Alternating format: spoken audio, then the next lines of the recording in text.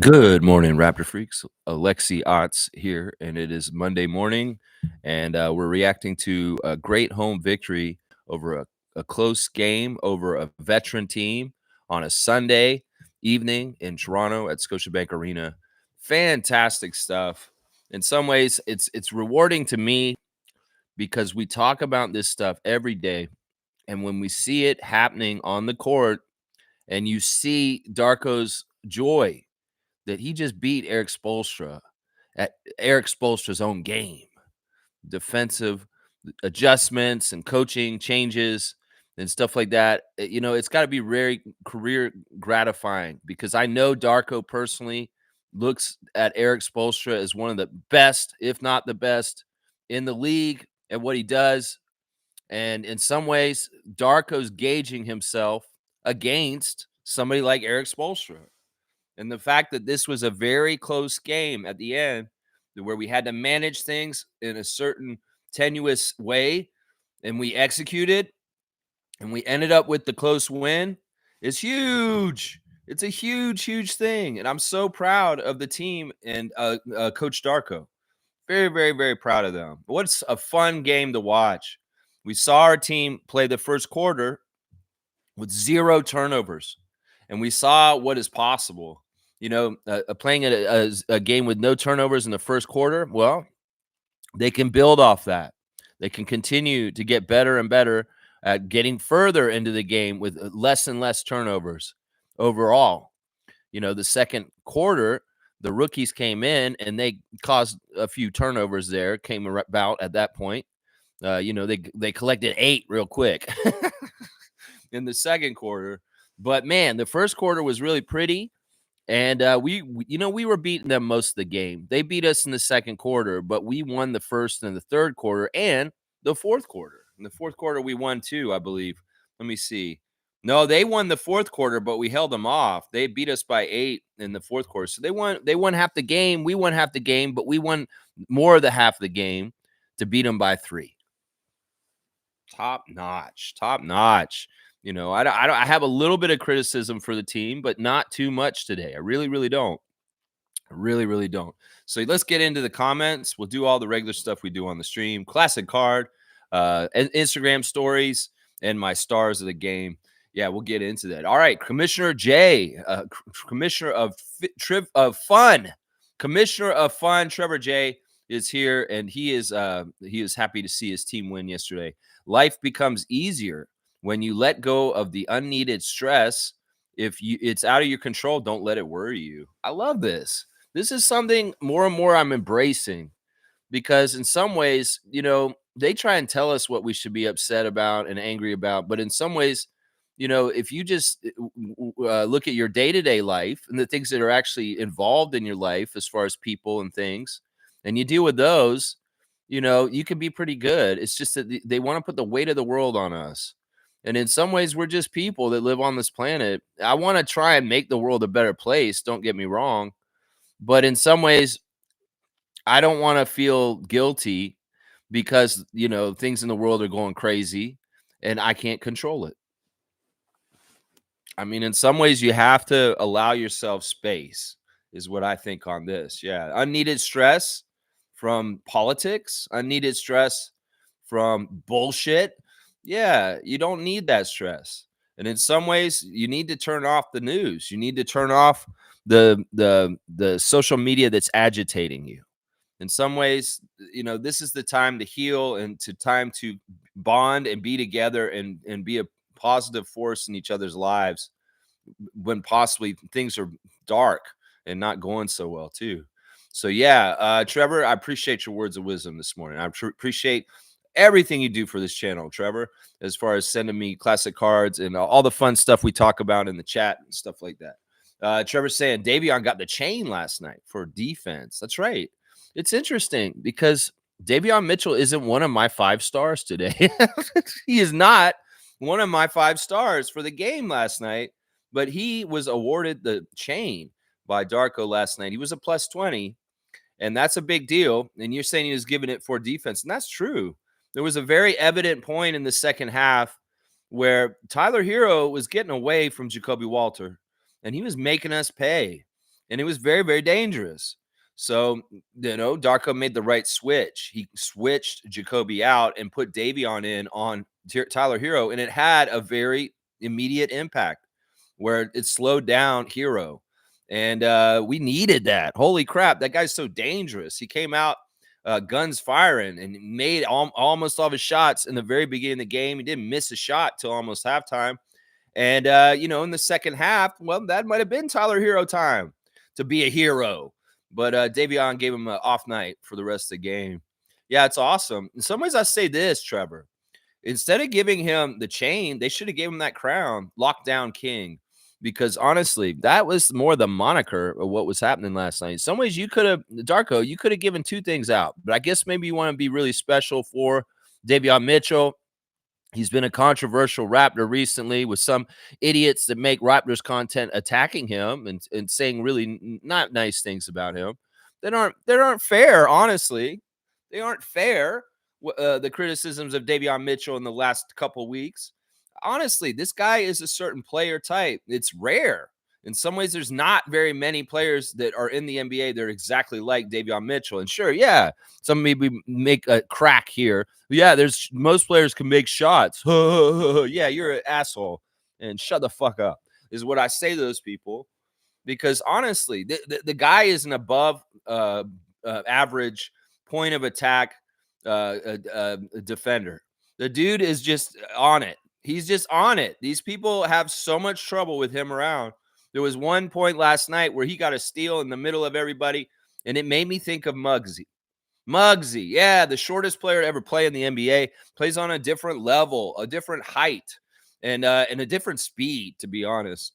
And there was a point where he did a really hurry up little guy rush steal in the middle of everybody and got the ball. And I was like, man, that's a Muggsy steal.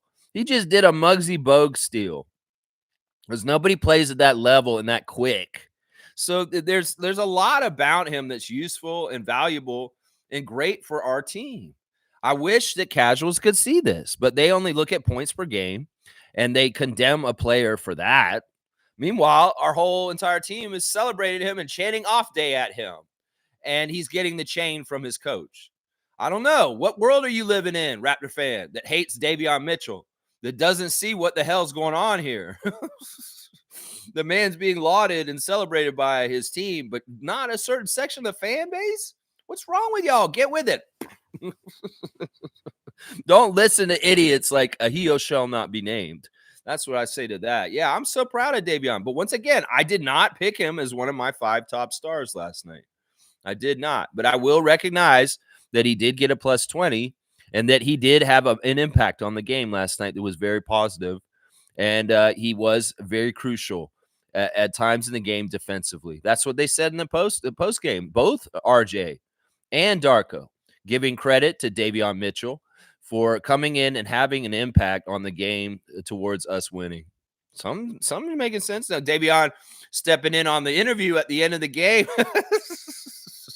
Actually, it was at halftime. They're interviewing Yak, and Savannah Hamilton, of course, is the Sportsnet courtside reporter.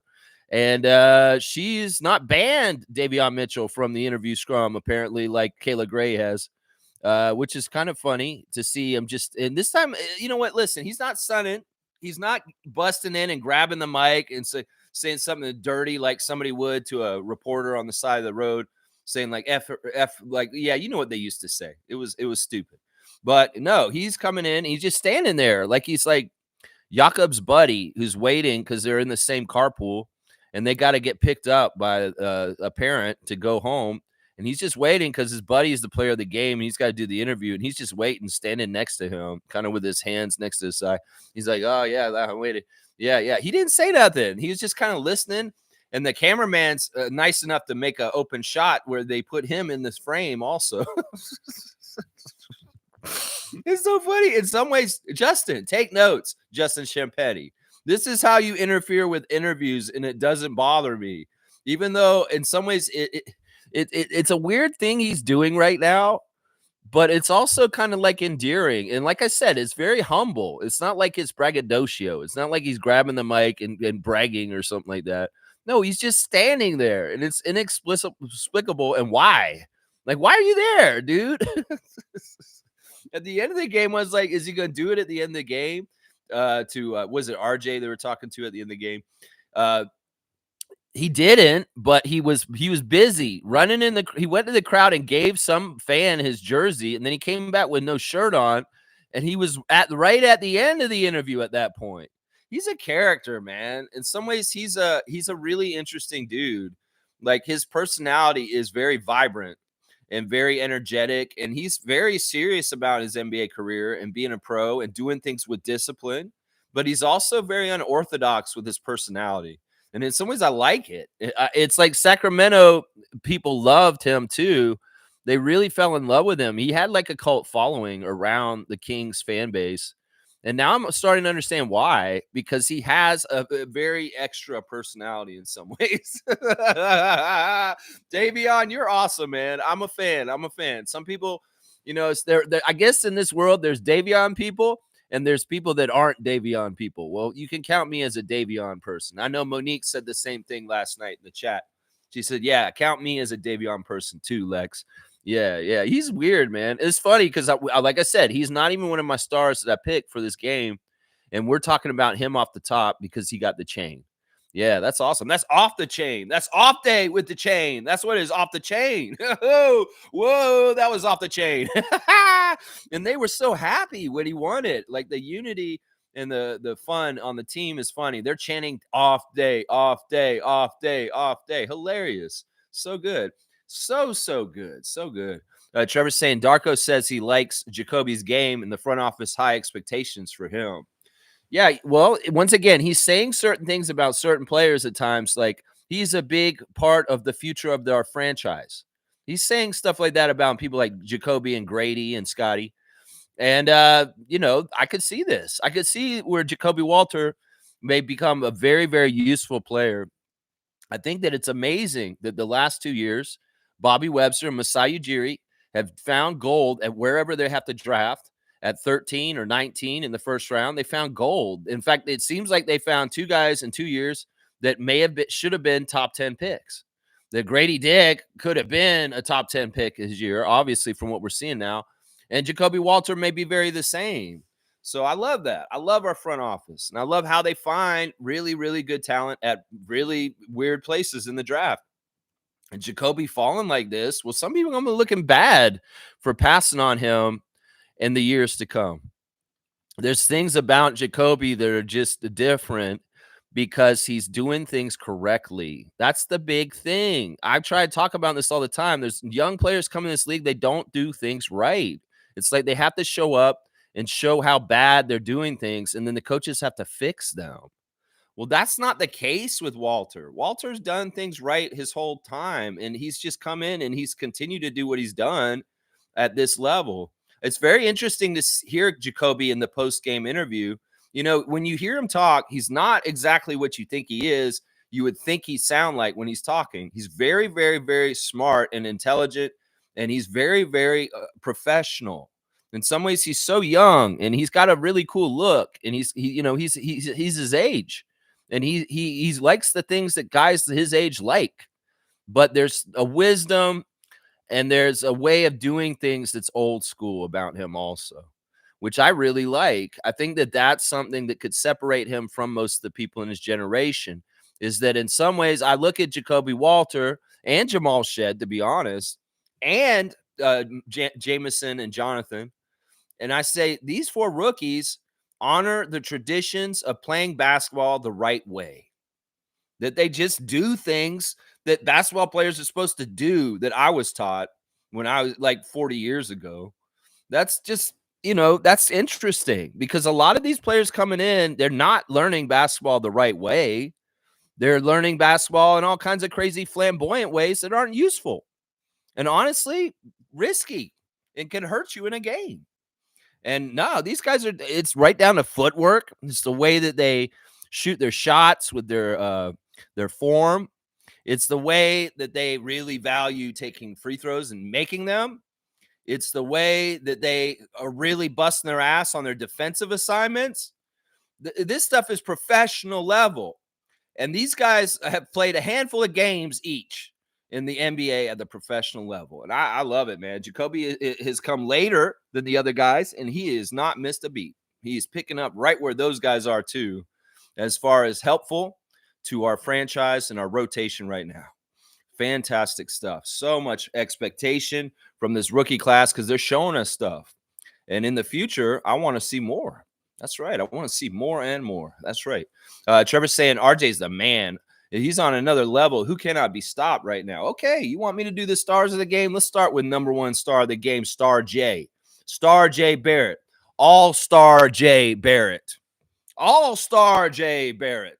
Yeah, are you RJ kidding me? Yeah, he did that last night. I was like doing it in our chat. I was like, he's going to do an RJ kidding me. And when he came back from break, Matt Devlin immediately did the RJ kidding me when I thought he would. Because there was that period of time where RJ just took over, man. And it's true, man. This dude is repping our city. This city matters to him. And it's diff. It's diff when he takes the court in Toronto. You know, Michael Grange, your little question in the after game press conference, you got stuffed at the basket, bro. Michael Grange tried to go up and dunk it on RJ, and RJ stuffed him. Like, he blocked the shit out of him. It was so good, man. In some ways, I love that. RJ and Emmanuel showed up from New York, used to New York press and their bullshit. He ain't having it from the Toronto press. Michael Grange came up to him and said, RJ, how can you explain your split differences between home and away? Why are you so much worse away than home? I'm like, motherfucker, that's RJ Barrett. You ain't coming at him with that disrespect after what he just did for this city, Michael Grange. What are you doing, my guy? And RJ, what? Womp, boom, no. He said, Michael, you need to give me some credit. I just had a couple games on the road that were top notch. And I don't think that I deserve that comment from you, basically, is what he said. I'm like, yeah, RJ, fucking put Grange in his place and tell him to start watching the games a little bit better. Oh, get some fisherman's friend while you're at it. Michael Grange, too. Damn. Yeah, he told him. He said, look, what do you want from me, Michael Grange? Did you not see what I did on the road the last two games before we came back in Miami and New Orleans? Did you not see that? I mean, do your job, Michael. Come on, man. And stop coming at them with such a Debbie Downer attitude, Rachel Dratch. Yeah, stop doing that, man. Stop doing that. Yeah, RJ, number one star of the game for sure. 37 points from my guy. Man, this dude is from our city. He is here for our city. 15 of 20 from the field. You know, RJ is like a freight train, a runaway locomotive. And that man has everybody slapping at his arms every time he comes through the station. And the train still don't stop until it gets to the hole and puts the ball in the basket. Man, I love that. The man is supremely strong. And in some ways, he's really, really smart about how he holds the ball so it don't get stripped. You know, they may not be calling the fouls, and maybe these people are getting their hands on the ball when he comes by them going towards the basket, but he ain't losing it. And quite often, he's finishing it and putting it in the hoop no matter what. That's got to be deflating to defenders when RJ's train comes through his station, and they can't stop it. They can't stop it. They can't even slow it down. They can't knock it off the tracks because that track is ensconced and boom, choo-choo, RJ train coming through, going to lay it in, and you can't do jack shit. It is Bam Adebayo, Jimmy Butler, people like that trying to strip the ball from him, and they can't do it. He's so good, and he's so dissecting. Like, he'll get the ball, and he really reads the defense, and he's just like, in some ways, he's a dancer, man. That dude is like a dancer. That man is John Travolta in Saturday Night Fever because he's staying alive. He's out there doing little spin moves. There was a little bit of what he did last night that made me feel sad about Siakam's spin cycle is gone. It made me think about a little bit of Siakam spinning. And I'm like, a spin cycle, super wash. Come on, Matt Devlin. I was like, no, we can't make RJ a washing machine like we did Siakam. But he did have a nice little cool spin move at one point where he kind of danced around the defense and made a layup. Man, he's so good, man. RJ is so efficient right now. And it is undeniable the connection between him and our franchise player, Scotty Barnes. Everybody was questioning whether these guys fit. Come on. Are you watching the game? Can you not see that these dudes are very much enjoying playing on the same team together and hooking each other up with amazing assists. Holy crap, those guys are fun to play on the same court together. 3 of 4 from 3. So RJ was dialed in on threes, not missing many threes. He shoots the three better at home. He really does. And that's there. 4 of 4 at the free throw line. No, we ain't talking about RJ missing no free throws, crucial free throws in a close game against a veteran Miami Heat team. No, he's taking care of business. In some ways, RJ was showing all the signs of this. It's like after the game on Friday night, he said, we got to do better against a team like this, the Vets. Well, they did. This is the crazy thing. The Raptors played way better than they did on last night, but so did Miami. Miami played way better than they did on Friday night, too. Both teams amped up and brought their A games yesterday and played way, way better. Last Friday, Miami couldn't hit any threes in the first half. Well, guess what? Tyler Hero's fresh out of the can, bombing everything and making it every which way. And even with the supreme on your neck Toronto defense all up on him. And Darko saying is just a supremely talented shooter in the NBA that can make it with somebody draped on him like he's a coat. Like, seriously, there was some shots that Tyler Hero made at the beginning of the game last night that are, nobody's supposed to make those because I'm telling you, people like Jacoby Walter and Davion Mitchell were all over him and not giving him no room. And that man was making them. It's crazy. So the game was risen up for both Toronto and Miami from Friday night. They both improved their performances. They both did way, way better to start the game. I mean, it's amazing the Raptors had 0 turnovers in the first quarter. I love it. They had to say something about it, and then they ruined it in the second quarter. Of course, it was a lot of rookie mistakes that caused a lot of the turnovers in the second quarter. But yeah, RJ, amazing. 7 rebounds, 5 assists, 1 block, 4 turnovers, a plus 15, 37 points, and 38 minutes. That's just good basketball, man. That guy's fun to watch too. Like, in some ways, one of the things I really like about RJ is that he's such a bucket right now. Like, he's so dependable. We're really in trouble. It's like, well, breaking in case emergency. Well, we're not scoring right now. Is RJ in the game? Oh, go get him. Put him in the game. He's going to get us a basket as soon as he gets in because nobody's stopping him. That's one of the things that I'm noticing is like nobody's able to stop RJ from scoring with that left-handed drive. Nobody's able to stop him. And it's crazy because they're all over the place. There was that one play in the beginning of the game where Scotty got a steal and he looked up the court and RJ was running up the court and he tossed it up court to RJ perfect. And then RJ had Jimmy to beat and old man Jimmy couldn't keep up and RJ did a little quick burst. Like, that's the thing. RJ switches gears, speeds in mid drive. Like, yeah, he's going fast on his first step, like a lot of guys do, because you have to have a quick first step to get a little bit of room from the defender to get to the lane. And then, there's while he's in the middle of his burst to go to the basket, he turns it up the hyperdrive. It's almost like he has double turbo button, like in a video game. It's like, oh, RJ's got a special button other than other players have. He's got, okay, we're holding the turbo because he started his drive. But wait, let's hit the other turbo button real quick while he's like maybe 3 feet or 4 feet away from the basket. And all of a sudden, he's just like, quick. And it's just enough to get that daylight to lay it up past the defender. He did that to Jimmy, old man Jimmy, who couldn't keep up with young Star J laying up the ball. It was a beautiful thing, man. He did it for our city, and it feels so right. It feels so good, man. It feels so right. It feels so good. He's enjoying himself. He's having fun. This may have been a sad year, but man, RJ is enjoying life because he plays for his hometown. And he said this so many times this year. It's like, this is fun. This is fun.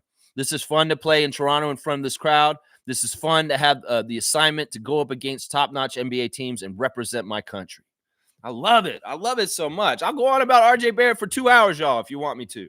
Scotty Barnes is my second player of the game. He just shy of a triple-double last night. Scott, it's like somebody go tell Scott, get one more assist, my guy, and get your 7th triple-double in your career and your second in 2 games. I mean, somebody could have just told Scott, come on, just say, hey, give it to Jonathan one more time and let him get you one more assist. Boom, you got another triple-double, Scotty. In some ways, maybe we could have a coach that's doing this, Darko. Can we get Vin Bagdani to kind of be a triple-double watch guy for the team And he'd be like, "Hey, Scotty, get one more assist, and you'll get a, somebody tell these guys." Because in the past, I mean, not everybody's a Kyle Lowry triple double hunter. Like Kyle was very much oriented to this, getting his 16 triple doubles as a Raptor. He was very oriented to this. He hunted it like he was in the woods out there, snow all over the ground, looking for elk. That's what Kyle Lowry was like with his triple double. He's like, I'm like Elmer Fudd. I feel wabbits out here, and he's hunting wabbits, triple double wabbits. I wish that Scotty would hunt triple double wabbits. Come on, Scotty. What's up, Doc? Can you get out there and hunt them wabbits and get that last assist? And get your career triple doubles up, my guy. Yes, Scotty, 9 of 17, very efficient, above 500 shooting, and mixing it up at different levels. Lots of mid range, some stuff near the basket, some threes, some transition. Scotty's got the plethora.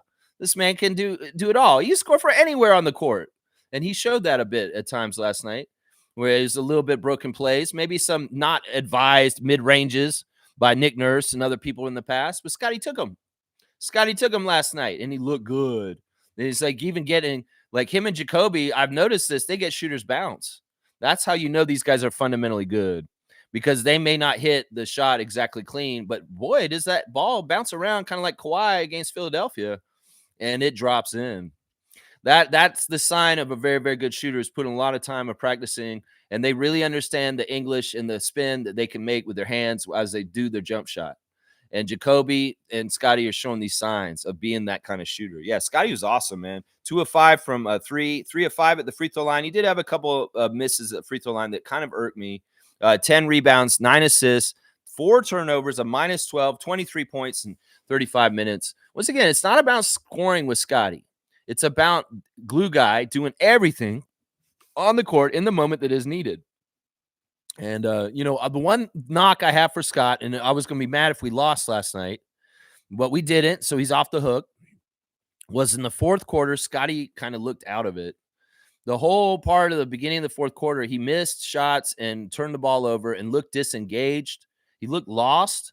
In fact, I was questioning at times whether Scotty was not feeling well, because he looked like he might have been ill, that he wasn't totally well, like he was sick. And because he was not himself at the beginning of the fourth quarter, he was not working as hard. He was kind of watching too much and not acting on plays and doing things what he needed to do. And he was missing. He was making bad turnovers and missing all the shots he took too. But then Scotty hit a 3 at a crucial time, and part of that was really playing off of RJ. RJ drew the attention and on a draw and kick, and he got it out to Scott. And Scott nailed the open 3, very nice, a clutch 3 late in the game that absolutely mattered and absolutely helped us close this game out with the win over Miami Heat. So I can't be that mad at Scott. I'm just wondering, did he have a mystery malady, or was there something wrong at the beginning of the fourth quarter? Your energy was really weird, Scott. It looked like you're sick. In some ways, I was starting to put conspiracy theories in my head that Scotty was doing the stealth tank for us on the down low. It's like, oh, now I'm not going to try in the fourth, and we're going to let them win. No, don't do that. Don't do that, Scotty. Even if that was on the down low, I don't think you were thinking that. I just want to think that maybe your biorhythm hit a wall for a little bit right at the beginning of the fourth quarter, and maybe you're a little extra winded all of a sudden for some reason. Who knows? But either way, you guys did it. I love it when a plan comes together, George Papard. And the fact that you guys did it all together like the A team is really, really impressive, because that was a team win last night. You guys, a lot of different guys contributed to why we won last night, even though there were only 4 Raptors that had double digits in scoring last night, which is crazy. In some ways, you tell me there's only 4 guys in double digits and we beat the Miami Heat, I'll be like, man, that's tough. That's tough. How we do that, man? Yeah, so Barnes and Barrett, you're my number 1 and 2 stars. You guys are awesome. And you guys have a synergy off of each other that's very observable.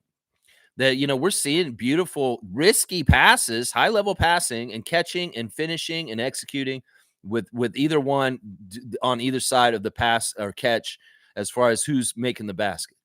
RJ passes to Scotty, Scotty makes a basket. Scotty passes to RJ, RJ makes a basket.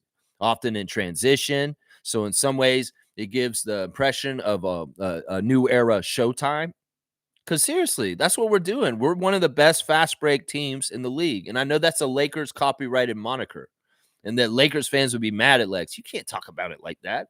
No, I can, because there's some comparisons to our player types to some of the players on the Showtime era. Obviously, Scotty Barnes, and this has come from Irvin Magic Johnson's voice himself. He says the guy who plays most like him in the league is Scotty. Like, Magic has said this. This is documented. And so saying that Magic is doing Scotty's doing Magic Johnson stuff out there is not a stretch, and it's not an insult, because the man himself endorses this. Now, let's say this, Magic had a very, very talented running mate that ran the court really well, made threes, and was good at driving to the basket, named James Worthy. And they called him Big Game James. And quite often, Magic was not the leading scorer. He was feeding James Worthy. So James Worthy, in some ways, is a lot like RJ Barrett. I'm telling you, there's a lot of similarities there. I even went so far as to say Chris Boucher is like Michael Cooper off the bench. A really long defender who's active, who does a lot of energy and gets after it and can shoot the three. So, I mean, there's some illusions there. Some people would be like, man, Lex, don't be comparing them to a classic Lakers team. But in some ways, I have to, because of Scotty's comparison to Magic Johnson. And some of those components are so similar to what they were doing in LA in the 80s that what we're doing right now. That's part of the reason why this is so fun to watch. Seriously, because Showtime was an entertaining brand of basketball. Let's just put it that way. My third star is the always present, always steady, double-double machine, the big Austrian Jakob Poeltl. It's like Scotty, RJ, and Yak have been the top 3 stars for the Raptors every single game for like 2 weeks now. Like, seriously, since Scotty came back, basically 3 stars a game. RJ, Scotty, Jakob. RJ, Scotty, Jakob. In some sort of order or combination. Jakob Poeltl continued to get another triple-double. I mean, not triple-double, double-double. 6 of 12, 50% shooting from the field. 5 of 8 from the free throw line. A little bit of wonky free throws, but not too bad. 4 offensive rebounds, 11 altogether. 3 assists, 2 steals, 1 block. Minus 11 with 17 points in 37 minutes. The double-double continues. Jakob has been gone away from to a degree in the last week, but he's still participating and producing, even though he is not the focal main player in the offense at this point. He really isn't. In some ways, we've been going through Poeltl so much so far this year that it's weird that we're switching, and this may be more because the injuries before. Scotty being out, in some ways, Darko may have assessed that the hub of our offense needed to be Jakob while Scotty was out. But now that Scotty's back, maybe he's listening to Coach Roach. Maybe he's listening to other Raptors content makers who's saying, we want the offense run through Scotty. And he's like, yes, you're right, fans. This is one thing I'll say. Darko Rajakovic, if he was at McDonald's, he has a comment card box. And he does listen. I know he's listening to his coaches, because he has a very good group of coaches that have a lot of good ideas. He's listened to his players. His players may have ideas, and they come up with it. And he's not like a dictator where he's like, oh, no, whatever I say is only what we do. And give me another cup of coffee. And no, it's not like that with Darko. He's taking suggestions. So why wouldn't he crowdsource from the hive mind of people like the Raptor Freak family, the fans, and say, what are the fans saying right now, Jama? Oh, they saying you should run the offense through Scotty. Okay, yeah, let's do that more. Not saying that Darko wouldn't come up with this idea or think of this on his own and just say this is what he was. But it's kind of weird and interesting that's mirroring things at the same time. The philosophy of going away from the offensive hub being Jakob Poeltl to Scotty Barnes. I mean, it makes sense, obviously. Scotty's a franchise player. In some ways, Jakob's great as a backup for this, though. And we've got a lot of time with him in that role. So there's nothing wrong here. There's nothing wrong here at all. The 4th star of the game for me is the young rookie, Jacoby Walter. Those are the 4 guys that scored double digits. Nobody else on the team scored double digits other than RJ, Scotty, Jakob, and Jacoby. Jacoby getting out there. 17 minutes for Jacoby, 5 of 10 from the field. Another 500 shooter. Very efficient. Usually a rookie will take 10 shots. He'll make 2 or 3 of them. And that's it, Malachi Flynn. You won't make 5 of 10, and what was it? Jacoby's very methodical. He's very smart. In some ways, he learned some things last night. This is what he said in the post-game press conferences. Learning the speed and the size and the way this league is played, the pace has been challenging. But I've figured out some things that I can do that I can get away with at this league also. And some of that's like the strong arming stuff that he was doing in the mid range, making those really measured shots. Some of it's also Jacoby Walter is recognizing opportunities on the court and he's going and confidently taking them. And I love it. I love it, man. In some ways, he said this. He said, in this league, you can't play unconfidently. If you play like you're not confident in what you're doing, you're going to fail no matter what. And that's really astute of a rookie to be cognizant of this and understand this. The other thing that what he said is that he knows he's all right no matter what because of God, that God has got his back, that he doesn't have any worries or fears on the court because he knows that his almighty Lord protector above is got a plan for him and he's going to be all right. That's powerful, man. That's when you take that kind of devotion and belief in Christ and apply it to your athletics and the way you carry yourself, you can be unstoppable because you really roll with the punches and you understand whatever happens is God's plan. Okay, Drake? Seriously. And him and Emmanuel and a lot of the other Raptors are so much in this category as far as the way they look at their spirituality, and it connects to the way they look at the sport of basketball. And I'm telling you that in some ways, I think that was smart. Bobby and Masai may have looked at that category with the player profiles of players they looked at to bring to the team. And then maybe they were saying, you know what, let's get more guys that are big with JC, the guy upstairs, Jesus Christ, because it is paying off, man. I'm telling you, these guys believe that they're on a mission from God. Well, they're like the Blues Brothers then. And I'm all about it. You go on then, Jacoby Walter. I love it. I love it. Yeah, he was awesome. 2 of 4 from 3. So the threes look nice. Like you can break down Jacoby's form and the way he's going up square and the way he's fallen through. And there's a lot of mechanics that are just solid. That are just like it's like Grady. Grady's the same thing. Grady has mechanics with his jump shot that are just the part of the reason why he's such a sure shot. And in some ways, Jacoby has it too, as far as his method is very sound and it's very duplicated every time you see him take a shot. His shot isn't fluctuating into weird places.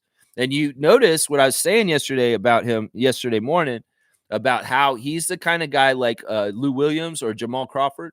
That's what I was talking about last night with finding his shots at different levels of the game, whether it's by the basket, mid-range, or outside.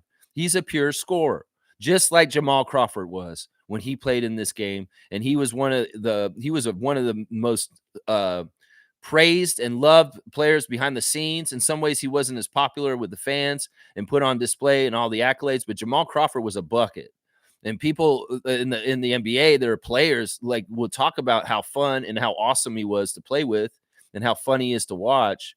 Well, Jacoby's that kind of player, guys. I'm going to tell you that right now. He's going to be more and more over the years in his NBA career. You're going to see that. My 5th star is, it was tough. It was a toss-up. I could have gone different directions. I could have given this to Davion here, to be honest.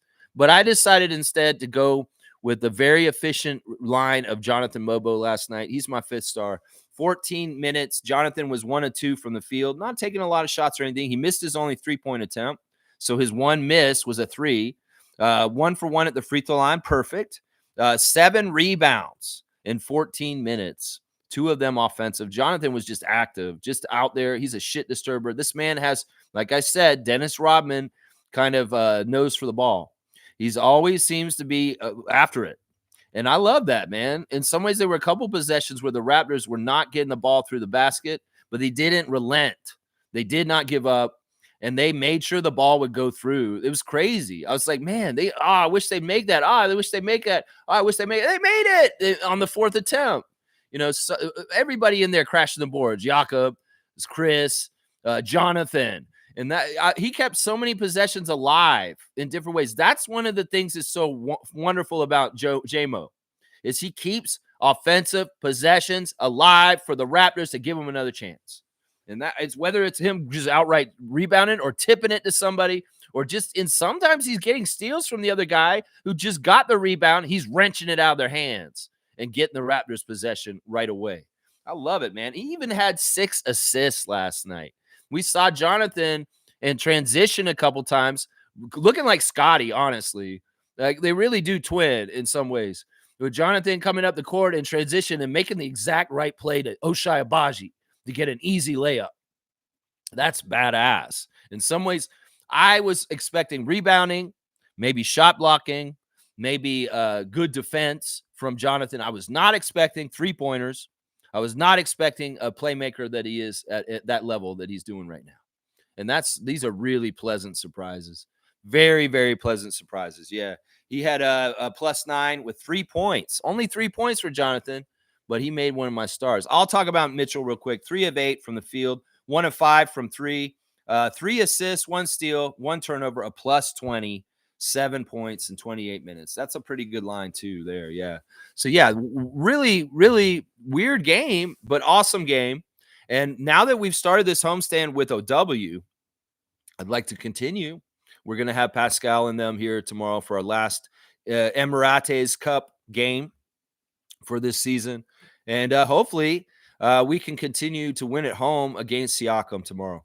It's going to be a great game. We beat them just recently at home. And but I have a feeling Rick Carlisle is going to come back with a different kind of attitude in this game tomorrow and want to even it out. It's a weird thing. It's like the NBA Cup game was on Friday and we lost the Heat, but we beat the Heat on Sunday. And, we lost both the games to Detroit around the NBA Cup. And the Milwaukee game was very winnable, but we lost it. We beaten the Pacers at home. So in theory, you think, okay, the Raptors could beat the Pacers at home again in the NBA Cup game tomorrow. But will it be weird or fishy if somehow we're not going to win tomorrow for some sort of reason or whatever reason? Because it's NBA Cup. In some ways, even though we're out of it and it doesn't matter anymore, I care about history. I care about Raptors accumulating cumulative history for the franchise. And the record for us in NBA Cup is not good. We've won 1 NBA Cup game last year against the Bulls, and we have not won one this year. So that'll mean we'll be 1-7 at the end of this unless we win tomorrow. So I don't care if this tournament's over and we're not in it. I want it for posterity's sake going forward. The Raptors need to win this game tomorrow because it goes in the record book. And we don't want to come around down a couple of years from now. Matt Devlin and Jack Armstrong and Alvin Williams are telling us stats on the winning percentage of the Raptors in NBA Cup games. So we need to win even if it doesn't count because this is for posterity's sake. And this is for our record in this tournament for a cumulative for over the years. So we do need to win every single one, even if we're not going to Vegas. That's just my philosophy on this. I mean, I want to win every game. I want to win every summer league game. I want to win every preseason game. And I want to win every NBA Cup game because in some ways they made them special. And they're going to be keeping the stats on this anyway. And we want our stats to look good and not like 1-7. No, let's be 2-6 tomorrow, Raptors. If you need bulletin board fodder, come watch me. I'll tell you why you need to win. I'll tell you why you need to win right there. That's right. Nako the Nacho is here. I love you, Gerald. I hope you're doing good today. There's a lot of snow out on the ground out here. Gerald's saying, really like the response. RJ and Scotty really do complement each other nice. They do, don't they? They're joyous to watch. In some ways, they're similar people. In some ways, they're not. And in some ways, they have the same values, and they really do care about hooking each other up. And the fun thing about RJ and Scotty is they're so high-level talent that they can do really special passes and finishes off of each other that are not easily done by the average NBA player. That's what I'm saying right there. RJ is a top-notch finisher, and Scotty is a top-notch passer. And that combination right there is so fortuitous for the future for the Raptors. We're just scratching the surface. You get Emmanuel mixed in there too. Grady's back. And look out. This band has a lot of good musicians playing different instruments. And the music gonna sound so good. I mean, seriously, that's how it is right now. Nako, I hope you're having a great Monday morning. And yeah, that snow's out here, man. It's crazy. It's crazy. The snow's out here. Kareem's here. Good to see Kareem Thomas, our dunk champion. And also, I don't know if you're trivia champion right now. I think that Smooth is ahead of you in the standings currently. David has been updating the standings in the background. I see you, David. And I appreciate you, Commissioner Trivia, David Saborin, for your work and helping me run the trivia on this channel. And yeah, we get a total up of the score probably today, y'all. Hopefully in the comments, so you can see where the actual standings are.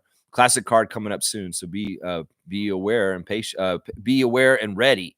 Kareem saying when they screamed off night, it gave me chills. Davion played amazing defense and was a +20. He needs to be aggressive in certain spots because he has great speed to drive to the rim for easy lay-ins. Yeah, kind of like RJ I was talking about with the change of speeds and drives. He has that too. He has that quick burst to finish to get somewhere. And as a guy is his height, you need that in the land of giants to be able to finish. But there's some cool stuff. He had a really cool layup last night. It was very acrobatic, kind of a twisty, turny one that some people would miss it for sure. But the thing about Davion is his player build is so weird. Like in some ways, he's not totally good at half court offense. That's part of the problem. In some ways, when the game slows down on offense, he's very easy to guard because of his height and with no action of everybody coming down. Like he's so good on fast break and in transition. That is where he flourishes. Whether he flourishes from passing to somebody in their finishing, like Abaji, or he's flourishing because he actually is finishing himself because he's bringing it up so quick up the court because he has jets. The man can pick up the pace quickly. Like he very much is great for that. That's a very good skill to have in the NBA. Not a lot of players can be pinpointing and fast and transition offense like Davion Mitchell. And that's his strength, but he's not as good in the half court in some ways on offense. It's like if he is left open, he has to make that three. Well, hopefully he'll make it, and that is the area, just like Shed, that he needs to get better at is making his open threes more consistently. But I love watching him try and go to the basket and lay it up. Quite often, it's a turny, twisty, acrobatic kind of layup that's going over a taller defender. But yeah, it's weird. He's such a good transition player, not so good in the half court. And then the dogged defense on the other side is just so valuable. So valuable. And that is why we're celebrating him for last night, is the ability to just be white on rice. I mean, this dude is just on people. He's just on people. It was crazy. It's so good. It's just a weird skill set. And a lot of people aren't totally used to that kind of skill set, but it's so valuable for our team. It really, really is. Really, really is. Monique said, good morning, Raptor Free crew.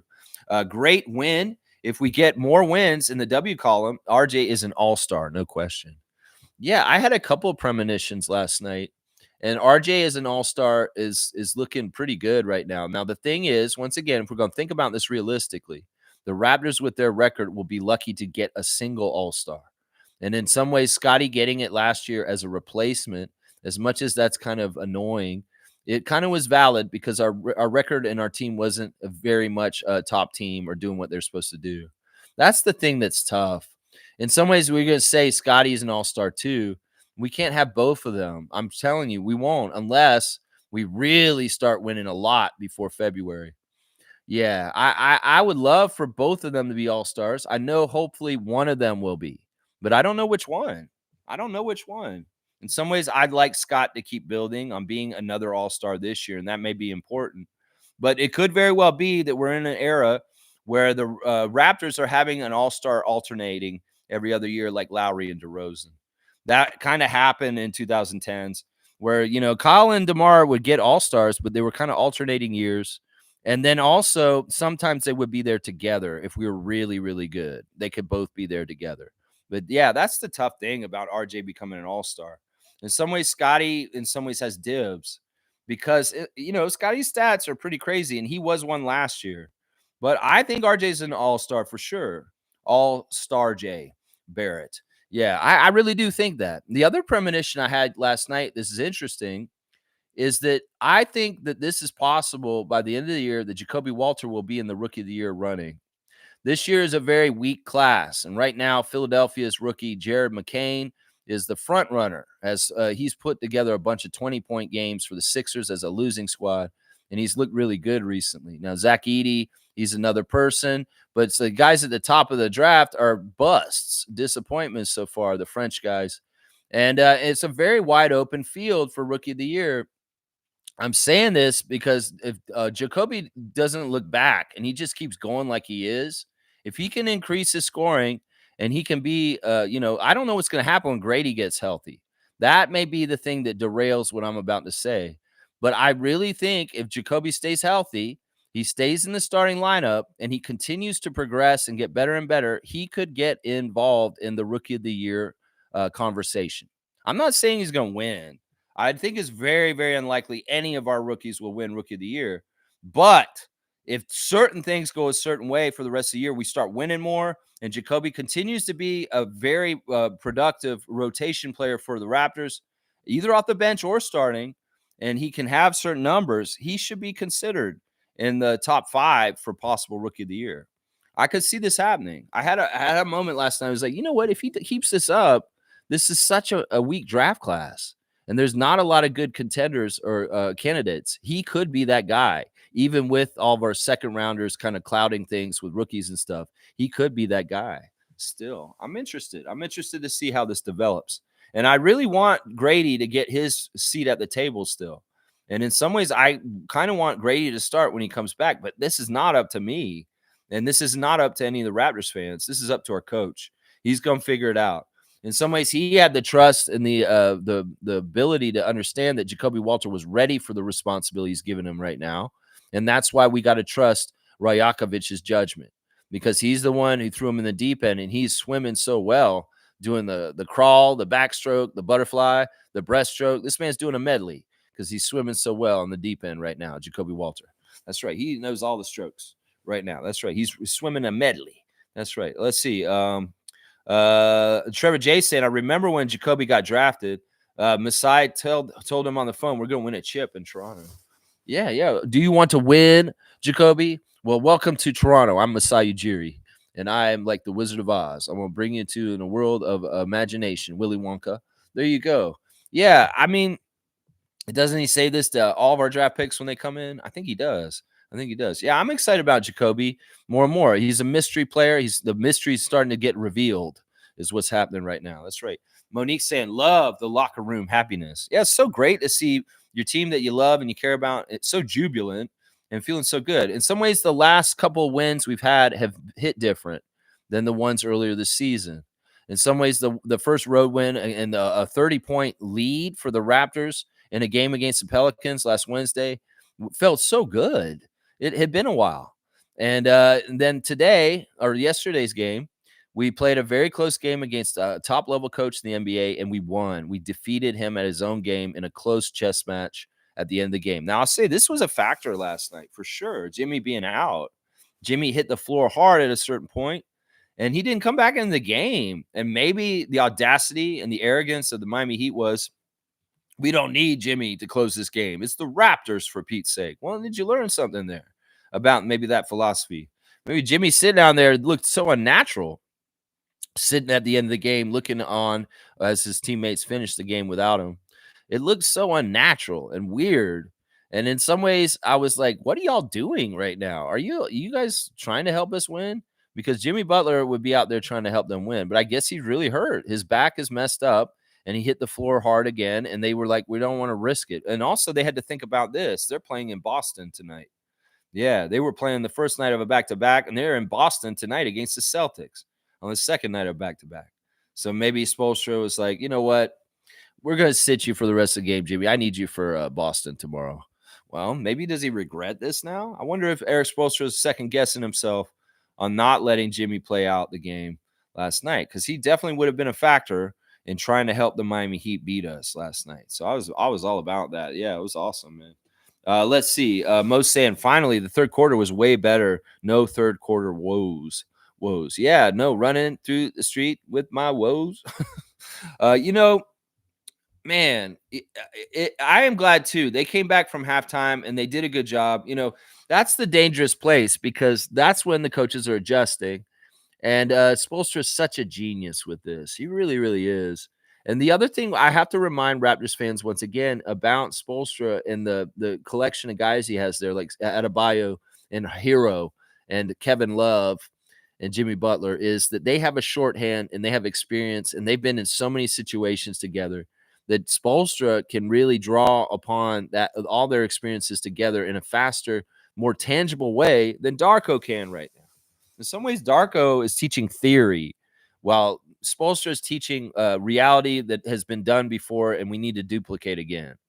And that's part of the reason why I'm so impressed with this is because we're kind of going where we've never gone before as a group, as young Raptors, like the Starship Enterprise. We know, dun, dun, dun, dun, dun, dun, dun. Meanwhile, Spolstra and them are just clocking in and going to work like they normally would do, like they know their daily work routine.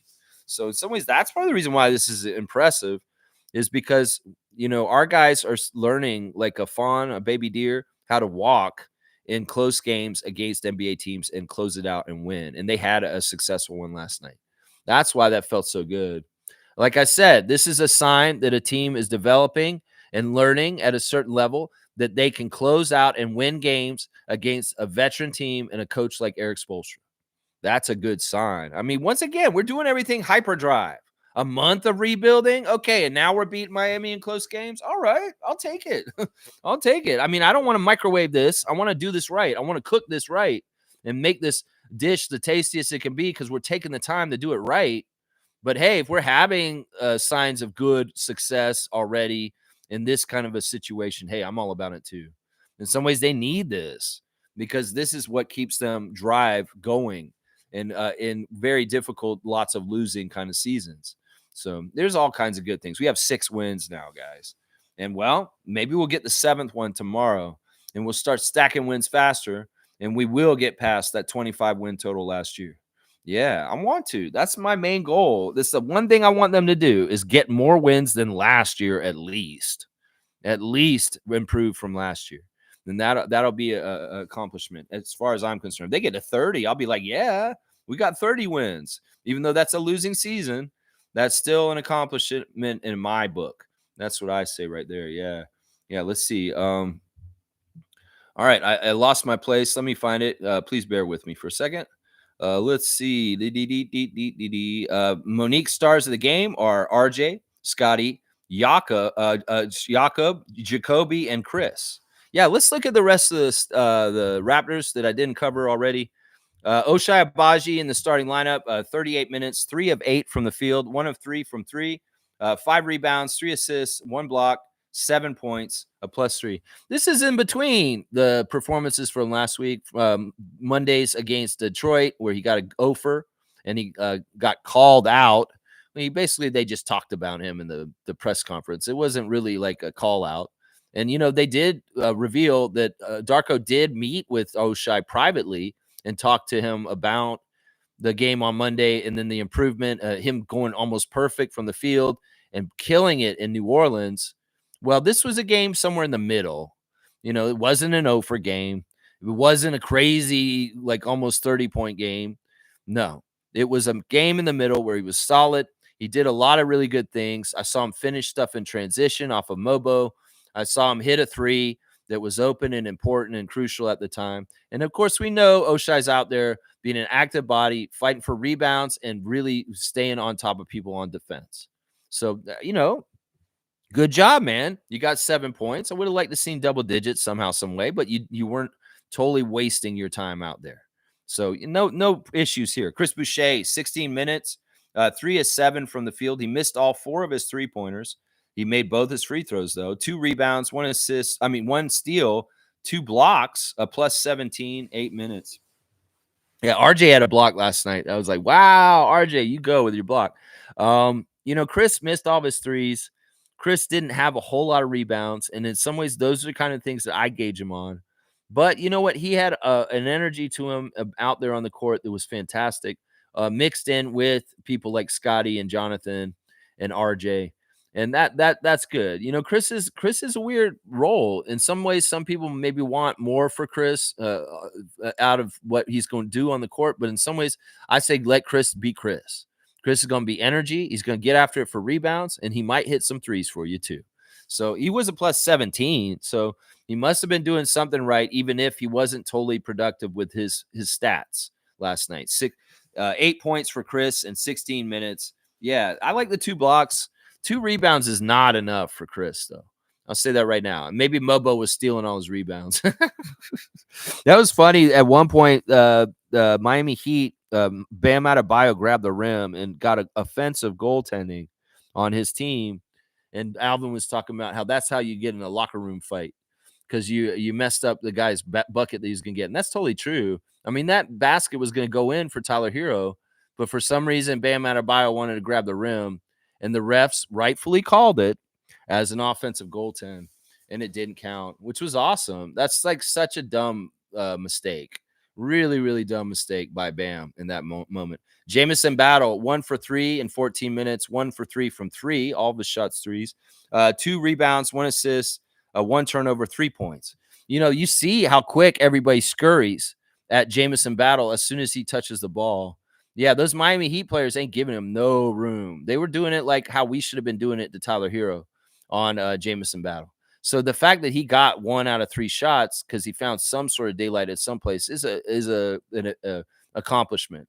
Because honestly, Miami has a really good defense, and in some ways, they were very much keying on smothering Battle and not letting him do nothing. So you see that Jamal Shed only in for a hot cup of coffee, 4 minutes, 1 for 1. He did make his only shot, 1 turnover, 2 points. This is, with the emergence of Jacoby. In some ways, this is part of the pie that's getting taken away from somebody else, and it's Jamal. And it's just how it is. In some ways, this is what the NBA is all about, is you got to get your spots and do really well and not get your head down and understand your number will be called, your time will come around, and you know what? That chain will go to you at some point, Jamal Shed. So be ready for that. Just stay ready. And, you may not get a total minutes numbers that you want right away, but you're a rookie and you're a second rounder. And you're on your way in your NBA career. You've shown that you're a valuable player. And in some ways, baby steps, my guy. You're going to get there. You're going to get there. DMPs for Bruno, Garrett, Ulrich, and DJ. They were all there. They were sitting there on the bench. I could see Ulrich Shamshay taking it all in as an 18-year-old. This is valuable stuff. I was thinking about that for a second. I was like, Shamshay's right up in the huddles. And he's listening to everything these guys are saying in the heat of the battle on the NBA level. And he's soaking it in. He's a student. And in some ways, he really is kind of a project, and he needs to just soak it in and see how it is and learn basketball theory at the highest level vicariously through the other guys. He'll get his chance. I know there's some people out there that were opining on the other side. Where's Kel-El Ware, Eric Spoelstra? Why aren't you not playing Kel-El? Play Kel-El. Well, some people in Raptors Nation are probably like, why aren't you playing Ulrich? Why aren't you playing Ulrich? Well, all in good time. Seriously, people need to understand this happens over time. It doesn't happen right away. Trevor J saying Scotty is now second on the Raptors with 6 triple doubles in the history of it, the franchise. Yep. Monique saying Chris had a much better game than the last game, in my opinion. I don't know. I don't totally remember Chris in the last game. I mean, his stats don't tell it, but I know that he put that energy out there and he was working hard. So I'll just go ahead and go along with you. But the stats don't really show it. I mean, he missed all 4 of his threes. Let's see. Monique saying Scotty Barnes will pass Kyle in no time in triple doubles. I think that's probably true. I mean, he's got 6 now. Kyle's got 16. And Scotty, he's got to turn it on, though, and really kind of get them all in a glut really fast in some ways. And he can. He's had a lot of missed triple doubles in his career already. There's many, many games where Scotty is just like 1 or 2 assists or rebounds away from a triple double. And if you clean all those up, Scotty might be way closer to Kyle right now. He could have like 12 right now if he had missed out on like 6 of them. I'll bet you he's got like 6 close to triple doubles like last night that he's had in his career that he could have gotten even further on that. I wish he was more cognizant of this. In some ways, it's a good sign that he isn't, because that's a selfish player that's always thinking about his own stats and getting the triple doubles all the time. Now you got to be like Lowry, be the hunter, hunt your triple double, but also hunt the W at the same time. You can have multiple goals, and you don't want your goal to get in the way of you getting the ultimate goal, the team goal of winning, but you should maybe have side goals, Scott, as far as challenging yourself and saying, you know what, I want to get a triple double tonight. Michael Jordan, Larry Bird, these guys always gave themselves side quests. Like Larry one time said, I'm just going to shoot everything with the left hand just to make it more challenging for myself. In some ways, Scott, you're a high aptitude, high level player. Give yourself challenges. Go out and get a triple double. That's what I say to him. That's what I say to him right there. That's right. That's right. Seymour saying, good win, good win. That's right, Sheriff. Holding it down in the province of Alberta for us. Seymour Pape holding it down. Good to see you, Sheriff. And Isaac saying, Lex, only big W's in the chat. Okay. You want some big W's in the chat? Isaac Campbell, here we go. Here we go. That's right. Only big W's in the chat. Yeah. Just in honor of Scotty. Big dubs, big dubs. You know, Isaac, talking about Twitch and Scotty, you know, there was that point at the fourth quarter I was talking about earlier where he looked like he was sick and he was not interested or not working in the game. I was like, is this one of these weird points in like the 2K game where Scotty's winning the whole entire game in a 2K game? And then all of a sudden the other team goes on a run and it's like he's on autopilot and he lets the other team come back and snatch the game from him. Like I've seen that pattern on the video game. I understand the video game and real life aren't the same. But in some ways, the way you compete on the video game can tell you how that player's competing on the NBA game. And there were times where I was like, Scott, man, you got to be more into the game and understanding the score and really proactive about keeping your team on top and not letting the other team sneak up and take the game from you at the end. And we know, the Twitch family knows from watching Scotty play 2K lots of hours over the years, that Scotty did kind of have a tendency of getting disinterested, but just kind of playing lazy and not playing as hard or smart and allowing opponents in the 2K game to come back and beat his team. And he'd get really frustrated. In some ways, Scotty, you can't do that kind of stuff in the NBA. Don't get all disinterested and disengaged in the game in the fourth quarter and lose the game by letting the team come back. So practice it on 2K and really get engaged. And don't shut the door. Don't let this door stay open where they can creep in and steal a W from you, man. That's what I'm saying. You can practice it in there with the mentality, Scott, on the video game. The mentality of that. That's right. Fiercely saying, good morning, fam, and happy Monday. Great win yesterday. Agreed with Davion getting the chain, but RJ had a fire game. I mean, that's kind of why I was like, why don't you give the lockdown king crown to Davion, because that's more apropos for his contribution in the game, and give the chain to RJ. Or maybe he just wanted to very much give one big spotlight shine on one player, and he didn't want to dilute it by giving it to some people. And maybe in some ways, Darko giving the post-game award to Davion is a symbol of showing that, you know, you're being a good teammate. You can kind of taking some criticism. Maybe we've noticed that you're having some issues with like posting, people being critical of you on your Twitter, and that you're kind of like, you know, maybe he's going through some things as far as like confidence with playing in the NBA, because some people think he's not good enough to play in the NBA, and they're saying it very vocally right now. Well, Darko wants to build up his players, make them feel like superheroes, as he said, like they can run through a wall. And well, giving all the shine to Davion Mitchell last night for what he did was smart. It was very, very smart.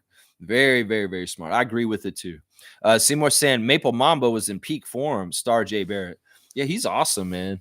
And we can see where the elements of our team, the top players, can coexist and really, really flourish alongside each other. That's Scotty and RJ. And when Emmanuel comes back, he fits too. Because first of all, we know Emmanuel and RJ have played top notch with each other for years already before they came here in New York. And they really do kind of know each other very, very well. They're best friends. Now, with Scotty and Emmanuel, there's been a lot of bonding between them through video games and just palling around. And you can even see it on the bench when they're sitting over there. Emmanuel in the street clothes is often talking to Scotty and sitting next to him. So I see these guys as very complementary pieces in our franchise, and they really are starting to show the synergy is fun to see what's happening. And when Quick gets back, it's going to be just added times 10. Trust me, it's going to be added times 10. It's going to be awesome. Monique saying the defense by Davion was top notch. 0 turnovers was nice in the first quarter. I know. And then the broadcast had to say something and ruined it. Ruined it. They didn't have to say anything. Just shut up. Don't look at the turnover column. They don't have any turnovers. Okay, good. Shh, don't tell anybody. Just say nothing. At the beginning of the game, I was wowed by Alvin Williams, and he's evolving. His style is evolving, guys. Have you noticed this? Like, listen, he's got a new moniker, y'all. He's the professor. He's the professor. Because honestly, this dude showed up with glasses in the last couple games, and he's looking very professorial. and very astute. He is definitely an educator of the game for us, and because he's dressing like it. But last night he showed up in a suit, and he had a blue paisley shirt on and a little blue flower, and he had his glasses on again. He's got a stylist or something, or he's up in his game. This man is on top level with his swag at this point. Alvin Williams, man, dude, you are evolving right in front of us as far as a broadcaster. In some ways, you are showing shades of Clyde. Yes, the great Walt Frazier, the color man for the New York Knicks. In some ways, there's some flair that you're showing in your garb that I'm digging, man. In some ways, that blue really went off with your gray beard, Alvin Williams. You were looking very, very stylish. And Matt Devlin was a little bit of cracking on you, a little bit there. But, man, you honestly are up in your game, man. And as a broadcaster, I love to see how you've evolved, man. In the few years, like since you've been doing this main job at Sportsnet, you have gotten better and better and better and better. And it's been evidenced with your three-man crew with Vince Carter has been top-notch this season so far. You really, really know how to get your personality out there in the right way. You're teaching everybody. You're giving great anecdotes and stories from your Raptors history as a big clutch player for us and playoffs early moments for us in the Raptors history. And it's just awesome. I love it so much. I'm so happy that we're at this place with Alvin Williams as one of the main broadcasters for our team. You know, it was sad in some ways. We saw Leo pining about wanting to be in Miami with everybody on Friday and not being down there. Boo-hoo-hoo. Well, Leo, I know you were down there just recently, and you could have just stayed down there, but the producers wouldn't arrange it. So you had to fly back up to Toronto, even though you were like, man, I could just stay down here and let me just like hang out and I'll do the game here. In some ways, I could have seen them saying, you know what, for this night, we're going to let Leo do the color on the broadcast in Miami. But no, it's just not how it is anymore. Leo's health issues at some point compromised him from being able to travel excessively, like what it takes to be a broadcast crew going from city to city on all these road trips. Being on planes is not totally fun for Leo. Let's just put it that way. So, it's weird. But Alvin's been fantastic. Honestly, if we're checking in on Alvin as a broadcaster and what he's doing for the Raptors broadcast, he's been so awesome. He's funny. He's so insightful. And he really is educating us on new levels as a former NBA player. And I love it, man. I love it. Your fit was awesome. Top notch last night. Top notch, Alvin. Keep going in that direction. You're going like Frazier, man. You're going like Frazier right now. You really are. You really, really are. All right, let's keep going. Boom goes the dynamite. Infamous is back. Let's see what Raptor Freak Infamous is saying this morning. Salute, freaks. Range is a total dick for asking RJ that question about his home and away splits. I know, and he got put in his place. I love this. Man, we know who you are, Michael Grange. We know what you're all about. Yeah, with your negative Nancy kind of bullshit. And, well, RJ ain't having it. Like I said, he stuffed him at the rim. He wouldn't let him get that dunk on him. And he said, no. You got to give me some credit, my guy. Come on now. What are you doing to me? Why you do me like that is what he said. Why are you doing me like that, Michael Grange? It's so good, man. I love when our players stand up to them. Because in the past, we've had nice players that are kind of like go with them and just like, yeah, they wouldn't stand up for themselves. Our guys got attitude. And in some ways, they have self-respect. And they ain't having this negging that's coming from the press corps. No, they're not. They're not having it. They're not having it. You come in there at your own risk. You may get Mutombo'd with your question, Michael Grange, just so you know. Seymour saying, hello, all Raptor freaks. Have a dub day. Big dubs. Yeah, you too, Seymour. Monique telling me she went and got the Raptors chips. And she said they're a little spicy, but they're good. But she finally got the 30th anniversary Ruffles chips, like you were talking about the other day, Seymour, a couple months ago when you got them. Yeah, I still got to get them. In fact, this weekend, I'm going to try and get them when I go to Mississauga on Sunday for a Raptors 905 game against the Westchester Knicks. I keep forgetting to plug this. Monique's got her tickets. She will be there. I will be there. And I'm going to be meeting around just after 1.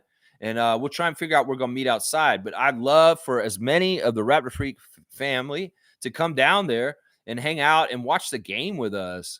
If you're in Mississauga, it's a fantastic thing. Gerald, come down there. Seriously, if you're not working on Sunday, come to the game with us. And we'll go watch the 905 play against the Westchester Knicks, 2 o'clock on Sunday. And they revealed the season's givings is that they want you to bring canned goods and food. They want you to bring toiletries. And they want you to bring also toys. So it's a drive for anything like that kind of stuff, as far as it can help needy families in this holiday season. It's a great cause. And they did a little clip of it with the Raptors grocery shopping, the Raptors 905 grocery shopping. And I saw Dylan Disu getting some Tampax for somebody. But yeah, this is a important cause, and when we go there on Sunday, I highly recommend people bringing something to donate to the cause. And yeah, it's gonna be fun, man. Let's go. You want to go to a 905 game with the Raptors freak? Go with Lex and sit in the crowd and have a good time. This is what we're doing on Sunday next week. 2 p.m. is the start for the game, but I'm gonna get there a little early because in some ways it's fun to hang out and take in the ambiance of the arena and just catch up and talk with each other while the game's not going on. So let me know if you're coming, and hopefully you can get down there. Some of the Mississauga people, hopefully you guys don't have to go far, and you can make this one real easy, and it'll be a lot of fun. So get your Sunday straight to join the RFF Sunday against Westchester Knicks.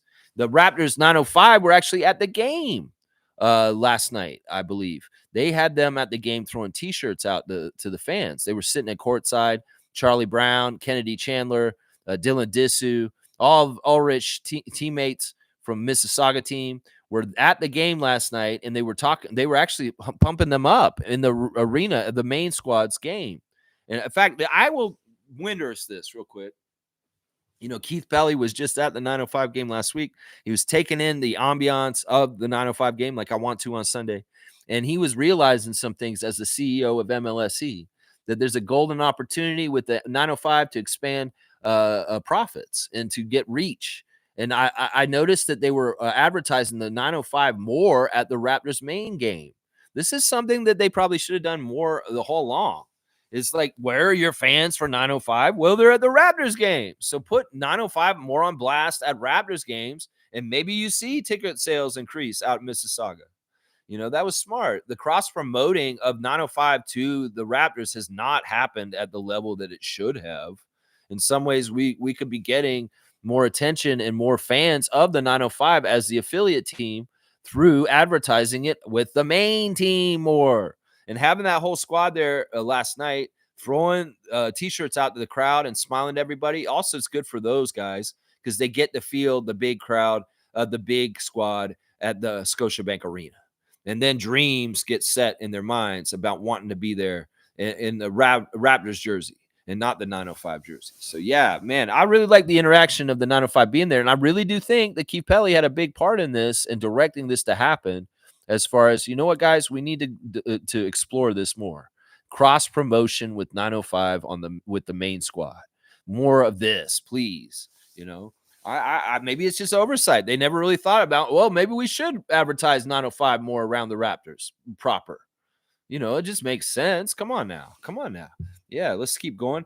Monique saying Jacoby's third start and producing well. Yeah, he's been solid. And I have no regrets about anything that he's doing. I was surprised the other day, but I'm like, you know what? This is fantastic. And this is all working out really, really well so far. I like it. I like it a lot. G saying Davion is second in the league in perimeter defense, and Oshai is sixth. That's awesome. That's a great stat. That is a great stat, and that makes total sense. I mean, these guys really do cover up real close, and they're suffocating. I mean, that's one of the things that these players, like, you know, in the past, people have not wanted to play the Raptors because of long arm monsters and our wings and Nick Nurse's crazy schemes of trapping and just being annoying. Well, in some ways, we're not doing that anymore, but we're doing something that's just as annoying. Seriously. And it's like the emphasis on the point of attack defense with just, and them. The thing that's so effective about it is that they're in concert with each other, that they're all working as a unit. And they really kind of come and attack in synchronized ways at the ball handlers of the other team when they're bringing it over. And it's like, you know, they're really playing off each other. Oshai, Davion, Jamal Shed, Jacoby, Grady when he's healthy. And they really kind of cut off and suffocate the team offenses before they even get across half court almost. Like, that is so annoying to the other team. Like, in some ways, the point guards on the other side are like, man, we may get a reputation at some point where they're like, man, I hate playing the Raptors. They're gonna annoy us, and they're gonna really just not allow us to dribble around or do anything very easily. I'm sure that this reputation is starting to build and grow for the Raptors backcourt defense. I'm sure it is. And it's something new. We never really had it like this. Now, look, the Fred and Gary and Malachi stuff was very much like, Fred was very effective as a defender, but this is not the same level of intensity and smothering that that our guys were. Fred was more of an opportunist. He would see opportunities where he could strip the ball with his very strong hands, and he would. Or he would see how he could guard this guy and get a turnover all of a sudden by just like fooling him or tapping it from behind him. No, this is different. This is like covering up on a guy and not giving him daylight in any kind of way. Barely enough daylight to move the ball or dribble.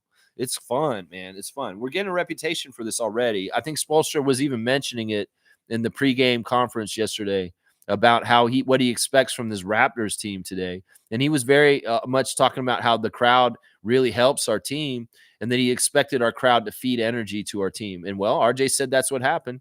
He said, when we come out here, the crowd's so great. They're cheering. They give us energy. And it feels good to play in our arena for our crowd because they really, really are giving us good energy. So good job, crowd. Feed in the energy on a 6:00 game on a Sunday night. Sometimes those games can be a little lackadaisical with the crowd energy because it's a long weekend. Some people are just like, oh, I'm tired. I got to go back to work tomorrow.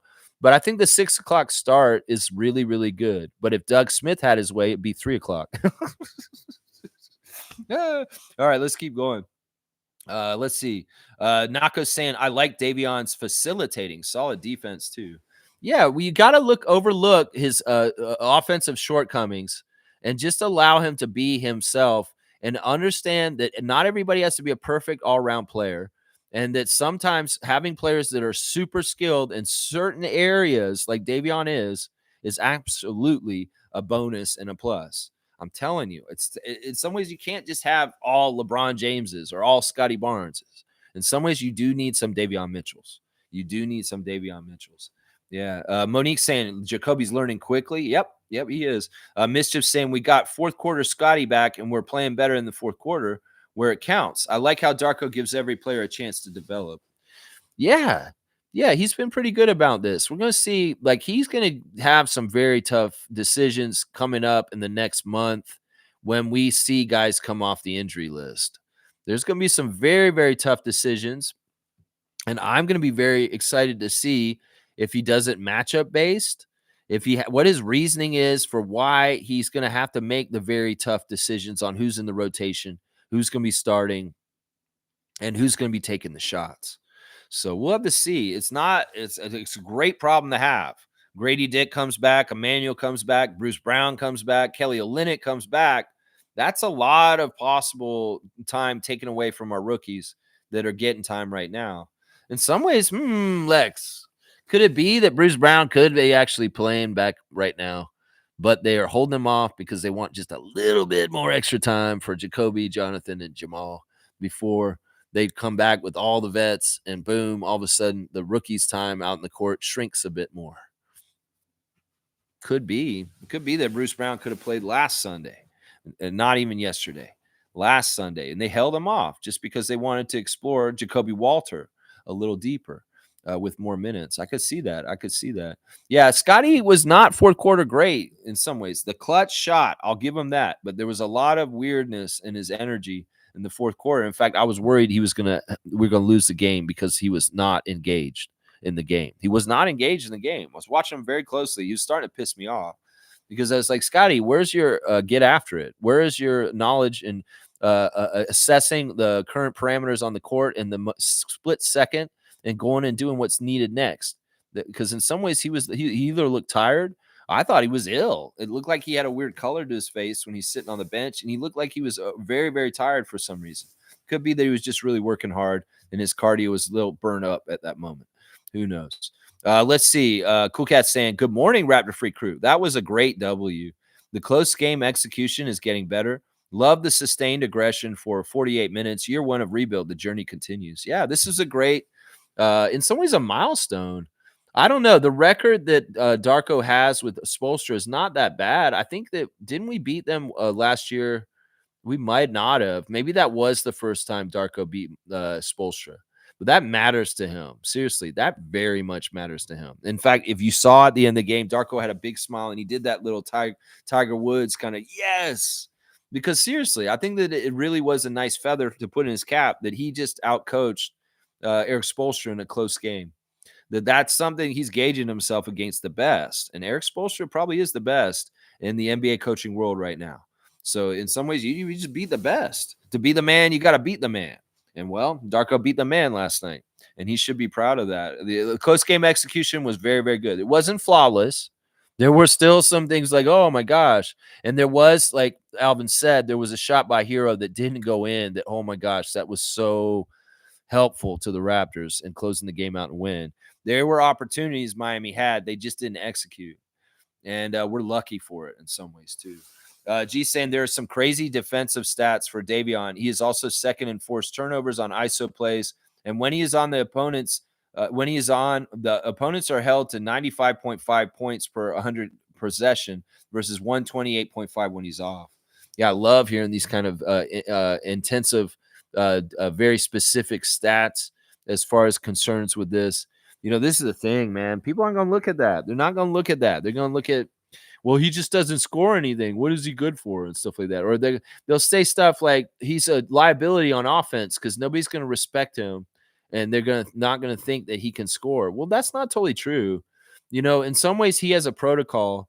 If he's laid off, yeah, he's got to take the open three, and hopefully he'll make it more often than not. But he does shoot the three pretty good when he's wide open. He can make them. It's just he's got to dial in and make sure he makes them more and more and keep working on it. The other thing is if you come too close to him and he's fast enough, he'll go around you and he'll try and take it to the lane and lay it up over you too. So I don't know. In some ways, it's real easy to pigeonhole somebody and just say, yeah, you're just not a good scorer. But I don't think that's totally true with Davion. I think that he's smart where he picks his spots and he's not selfish where he's trying to call his number all the time. So he may defer to other people and looking for them more often. And in some ways, that's good. One of the things we saw at the beginning of the game was something amazing. Like I was talking about yesterday morning, stop passing it in the middle of all the defenders. Were they listening? Because in the beginning of the game, part of the reason why they didn't have any turnovers, we saw swinging passes going to the weak side. And all of a sudden, Oshay Abaji has a wide open three and no defenders near him. That is something I like, Raptors. You're being more cognizant of where the defensive players are placed, and you're going away from them. You did that in the beginning of the game very, very well. And as part of the really good success of the first quarter in the game last night. It was really, really good. Seymour saying them Baylor boys on the Raptors are real life hoopers. Give it time. There you go. I like the little spin around. I agree. And I think that this is such a fun, crucial little friendship is Davion and Jacoby that really was in place before they were teammates. These guys, Davion was a mentor to Jacoby at Baylor for many years before this. These people have known each other for a while. This is not like they just showed up and they're like, oh, I went to the same school as you and we're buddies. No, they've been best friends for a couple of years before being teammates on the Raptors. And in some ways, that's fantastic for the confidence of young Jacoby Walter to have a guy who's in his fourth year in the league from Baylor that's been mentoring him already. Well, he's his teammate. He's right next to him. That can only bolster the confidence of Jacoby. Jacoby did mention the players on the team that are helping him with getting better. Scotty was number one. He said, Scotty is teaching me so much, and he's as the leader of our team. He's very, very helpful, and he's engaged, and he's helping me all the time. And he mentioned Garrett Temple also. I think he was mentioning Davion. As far as Davion is just like, I mean, they're like this. They really are. In some ways, Davion Mitchell was seeing that Jacoby wasn't getting engaged in the game last night, and he very much looked for him. He drew the defense at the top of the key, and he swung it to him in the corner for a three, and boom, Jacoby hit the three. That's the kind of thing you want on your team, friends that are looking out for each other. And maybe Davion's saying, Jacoby's not going yet. I want to get him going, and because I love him. He's my guy. He's my Baylor brother. And in some ways, I want to get him going. So I'm going to look for him specifically and get him going. I mean, this could be some of the synergy of Jonathan Mobo and Scotty Barnes being best friends since being little kids. You do something a little different in special relationships like RJ does for his city. Like Davion Mitchell looking out for his little brother, Jacoby Walter, and getting him a good pass that's making him successful and getting him jump-started offensively in the Raptors game with a nice high percentage shot that he nails, and boom, confidence. That's that's a beautiful thing. That's brotherly love from the great University of Baylor. That's what that is right there. That's right. That's what it is right there. Them Baylor boys. That's right. Monica's saying Darko with his son after the game, walking back to the locker room, wholesome. Yeah, that was so cute. In some ways, Darko really was beaming when he left the court last night. He really was. In some ways, he's worked so hard. And in some ways, people dragging his name through the mud in Raptors Nation. And it's just unnecessary. Y'all are way too preemptive about this and giving up on our coach. This dude is a badass. And you guys are going to love him before it's all over and done with. And in some ways, it's got to feel good to get some of that success to prove the doubters wrong and to show them you're fucking wrong about our coach Rajakovic. This dude's going to be a badass. And I love it. I love seeing that wholesome moment with his son after the game too. Yeah, Stargate saying, good morning, Raptor Freak family. Good win last night. Kudos to Darko for making the adjustments. Good developmental from him for it. And when he makes the playoffs in the future, in the near future. I like that. Yeah. Yeah, this is great practice against a high-level veteran team that really does know how to win. To hold them off and win is fantastic. And, I think that Darko did a good job. There's been a lot of criticism about his timeouts in the last couple months. Some people have said you didn't call a timeout when you should have to get them organized in late game situations where it's close. And why didn't you do that? Well, we explained why. Is because and RJ doesn't want him to call a timeout is because he trusts in his players, and you get the defense organized when you call a timeout, not just your offense. And in some ways, well, keep them off your toes and don't call the timeout. Just because you have a timeout doesn't mean you need to call them all. And then vice versa. Last night, there was a point where we had an inbounds play where we were going to get a 5-second violation for not inbounding it. And Darko called the timeout. It was our last one. In some ways, Alvin was a little critical of it, saying, I don't know if you call that timeout just because of it, but you're going to lose possession. That's more important. No, I say this, and I said this in the stream chat last night, that you use your timeouts as necessary, as needed, and stop trying to make the rules about how to make timeouts or do timeouts. Sure, some coaches have a very specific style and protocol for when they call timeouts. I will tell you right now, that Darko calls timeouts as soon as he feels the game is swinging in any kind of way for the other team. As soon as he feels a momentum shift and the other team is about to go on a run, he calls a timeout and he stops it.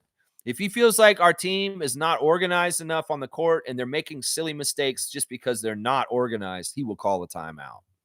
In some ways, let the man have his own coaching philosophy on how he calls timeouts. It's not one protocol for every single, it fits all coaches.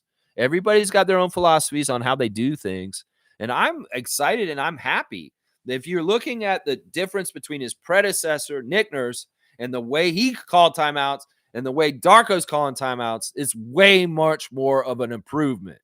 Nick would let those guys flail around and get a horrible lead put on them before he called timeouts. He said, let them play it. Let them figure it out. They'll figure it out. No, call that timeout. Get them reorganized before this shit gets burning out of control and fix it. And we've seen this consistently from Darko this season, where his timeouts are very well placed and they're right before the other team's about to bust one open on us. And I'm very happy about that. The challenge was interesting last night. It was very, very interesting because it was kind of like mirroring the challenge from the other day, which was horrible and went absolutely wrong in the first quarter. The challenge with Scotty in the technical. Well, this challenge was very 50-50, but it was right on point. And it was like, all right, it was a drive by Rozier, and he brought his elbow up and elbowed, I think, Davion in the face. And, at first they called the foul on Davion, but he obviously did not touch Terry Rozier on that drive, and Terry actually brought his elbow up and nailed him in the face. So Darko called the challenge. Kevin Scott went and looked at the cartoons, and he came up with the right decision, and that was really good. So it was like a mirror opposite of the challenge from Friday, a very, very useful challenge. In fact, it was so useful, it got an offensive foul put on the other team, and we got the possession of the ball. Did y'all notice that the ref crew was very friendly to us last night? That they were very eager to say possession Toronto Raptors last night on all kinds of 50-50 calls. In some ways, this is part of the balancing out of things. We have our home court. We're playing in a home court. We are supposed to get home court calls. and they were administrating them properly last night. JT or Musa Dagger, which really surprised me. Musa was very pro Raptors last night. In fact, he was more pro Raptors than I've ever seen in his young career as an NBA ref. Most of the time, he's sticking a knife in our backs. But no, last night, if there was any ambivalence about which way the ball should be going, they were giving us possession. And I appreciate that, man. So yeah, ref report undefeated. JT Orr is a friend to our team. He's very much a friend to our team. I love JT Orr. And Kevin Scott, he's a fair ref. I have more and more respect as the years go on for him. And Musa Dagger, you know what? I actually liked you last night. This may have been the first time I've ever watched you referee a game for us, and I liked you at the end of it because you were very like I said, the refs were on our side. They were very much on our side last night as far as things. I can't say that they were bad against us. They were very fair. In some ways, that Rozier challenge call, well, that could have been an indicator of like, yeah, they're biased and they hate us. If they say no, that he still fouled him with his body down below, even though he took an elbow to the mouth. That really shows that they're unbiased because look, they called a defensive foul on Mitchell originally. Then they went and looked at it and they admitted they were wrong and they turned it around the other way. That's a good sign right there. Really, really good job by the refs last night. Really, really good job. And in some ways, the refs weren't part of determining the game, but they were very much very home crowd to us last night. They really were. They really, really were. It was awesome. Let's see. Kareem saying, question. Who's more likely to get the All-Star nod? Let's see. Oh, it jumped a little bit. Let me make sure I get back to that spot. No. Okay. That's the beginning of the chat. Why did I go that way? Who's more likely to get the All-Star nod? Is it Barnes' popularity amongst Toronto fans, or is it RJ's statistically amazing numbers? What do you think the fans will vote for? I don't think the fans matter because in some ways it doesn't matter. They're not going to vote for us in the fan vote. That's not how we get in. Unless you're Vince Carter, Scotty, then you're absolutely the most overwhelming, exciting player in the NBA, that you're the leading vote getter for All-Star, which is something that's in the realm of possibility. If you do certain things in your life with your career, you could be the most popular player in the NBA. But in some ways, you got to get the notoriety and you got to start putting in those kind of spectacles like Vince used to get us on national television saying this is much watched TV because it's Vince sanity. Well, we need Scotty sanity if you really want to be like that. No, nobody's going to vote for us. We're not going to get voted in. They're not going to be starters. The only way we get on the All-Star is if the coaches decide to put one of our guys on the bench. So the fans don't matter in this. The fans are not going to be there. I wish our fans would get like Taylor Swift fans or Korean music fans and go crazy and like vote like teeny boppers, like crazy, and do crazy things like they did for Andrew Wiggins a couple years ago. But we just don't have the mobilization or the enough people that give a shit enough right now to be in massive numbers, to move mountains and get a Raptor in the starting lineup of the All-Star game. No, it's just not feasible. It's not probably likely. So I'll say this, our best chance is the coaches will look at their stats and they'll decide themselves. If not, Adam Silver as a replacement like Scotty got decided then. I mean, we got to remember Adam Silver is the one who chose Scotty to be the all-star that he was last year. It wasn't the fans. It wasn't the coaches. It was Adam Silver that put Scotty in as a replacement. So I think the coaches are most likely to pick, and it may have to do with health. It may have to do with health. Whichever one of the Raptors between RJ and Scotty is healthy the longest and has the stats. The stats will be there for both of them. We'll get the nod. I think that's what it is right there. I think that's what it is. Stargate saying, I do think we'll get one All-Star. I do. Stargate saying, remember at one point, Jacoby was as high as third in some early mock drafts. He dropped significantly, but we can see why people were viewing him that way. That's right. Bam, son. Bam. Bam, son. Yeah, Bam lost. Bam, son. No, this is true. I mean, we can see it. Like I'm telling you, he's a more finished product than a lot of rookies that have come in this year. As far as he knows what the fuck he's doing, and he's executing at a high level against the high level. And so many rookies have a learning curve, and they kind of don't swim; they sink when they get thrown in the deep end like this. They don't swim like this. That's the crazy thing. This guy's a good swimmer. He's already swimming. Most saying, I'm glad Tyler Hero wasn't on a heater in the third as much, but the first quarter, holy shit. Yeah. Mo kept saying that in the chat. Somebody stop Tyler, please. Somebody stop Tyler. They were trying. They tried their damnedest. It's not like they were doing anything wrong. That's the crazy thing. The Raptors defense was top notch all around. Like they really play at a high level. I mean, that's another thing that you can just throw in anti-Darko's people's faces. Is have you ever seen an NBA team like get so much out of every minute, every second of playing time on the court? Like usually there's guys that are lazy, like people like LeBron or Joel, and they just walk around and they're kind of just picking their spots to do stuff. Not with this Raptors team. This energy being expended by all five guys on the court at all times, and they're all over the place. And it's just it's symbolized by like not giving up on plays. You see guys miss shots. Well, some teams will just like defeat themselves and say, "Oh yeah, we missed a shot. Let's go back the other end." Not our guys. No, they're fighting to continue to keep the ball live, whether it's Jonathan putting his hand in there, tipping the ball, getting an offensive rebound, and giving us a second opportunity. You know, it's weird, man. And it's like even like on runouts for fast breaks, sometimes guys are lazy and they don't want to run all the way out with it. These guys are doing it. Whether it's Chris coming in to crash on offensive board just in case the layup is missed. You know, it's all kinds of extra effort. And it's like Darko, if he has some sort of way to measuring productivity as far as out expended energy by each Raptor on the time they're on the court, these guys are going full tilt. And that is amazing because at any level of basketball, to get your players to play like that is so hard as a coach. It's so hard. Any level, it doesn't matter. You can teach kids, high school, any level to get your players to go all out like that for the whole 48 minutes is wow. That dude is such a good coach that he's got his team motivated and playing together and that intense for him. That's fantastic. The intensity of getting after it and not giving up and never quitting was shown on the court last night and was rewarded by finally making shots, even if it was the fourth attempt on that possession. Our dudes were still crashing the boards and keeping it alive and getting so many shots. In fact, that's part of how they won last night. Let's go look at the box score team stats real quick because it's weird, man. In some ways, I was looking at this morning and I'm like, this is weird, man, because they beat us in a lot of categories last night. I mean, they got way more free throw attempts than us last night. I was saying the refs were helping us out, but still the Heat went to the line more than us, 28 times at the line for them, only 20 times for us. And they made 23 free throws. We made 15.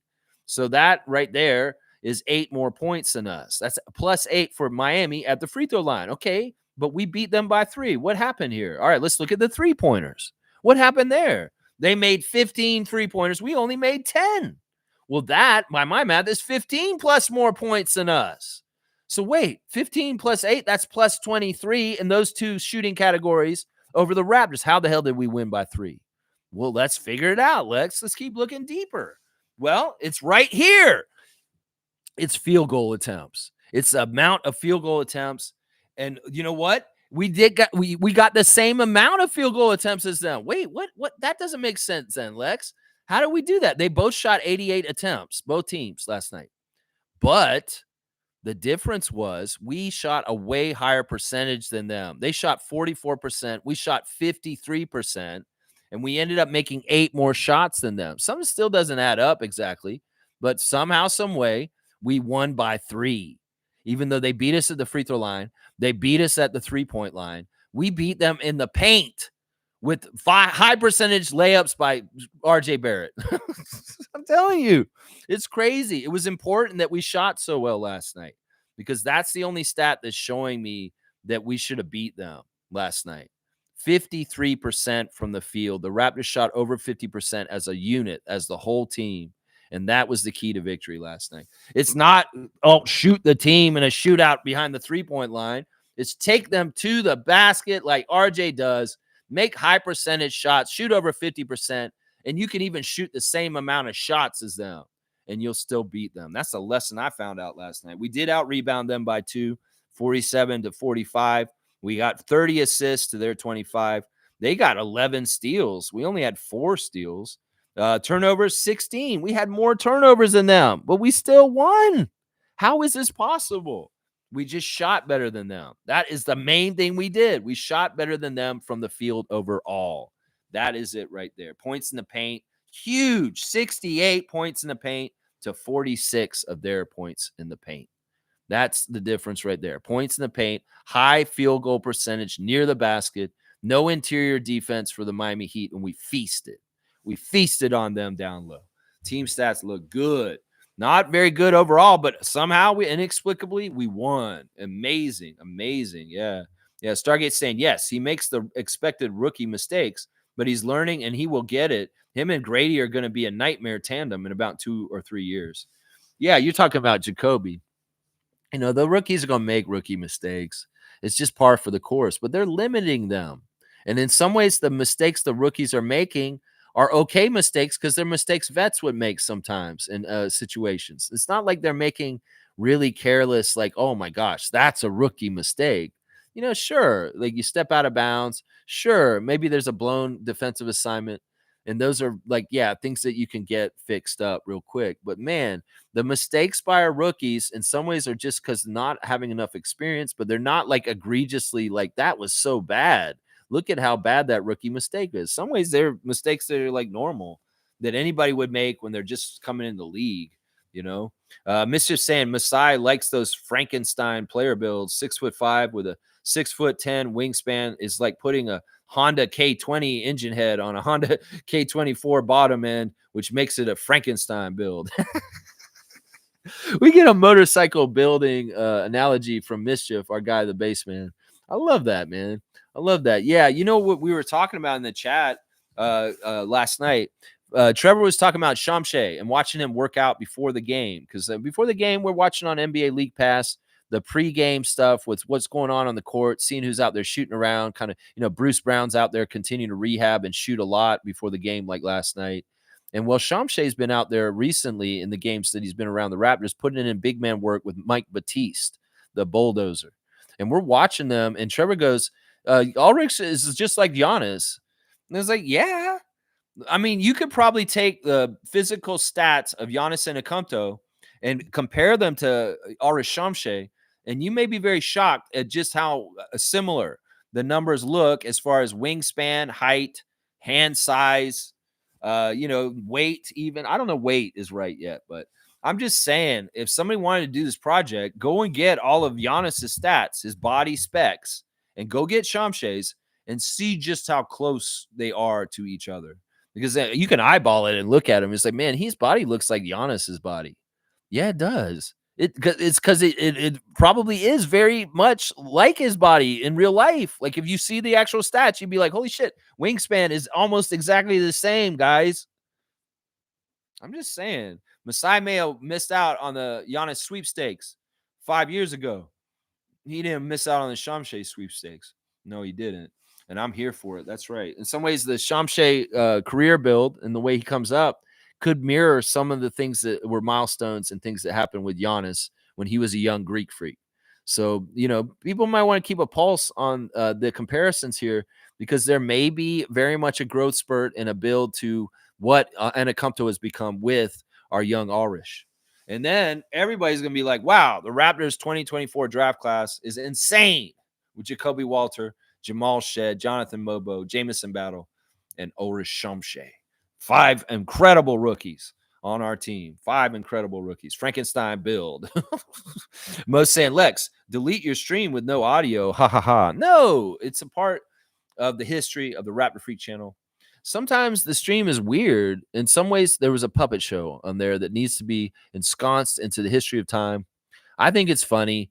And some people may unsub me because it's like, what is this unprofessional bullshit this guy's doing? This is a clown show, literally, with a puppet. I know it is. But in some ways, it's part of posterity.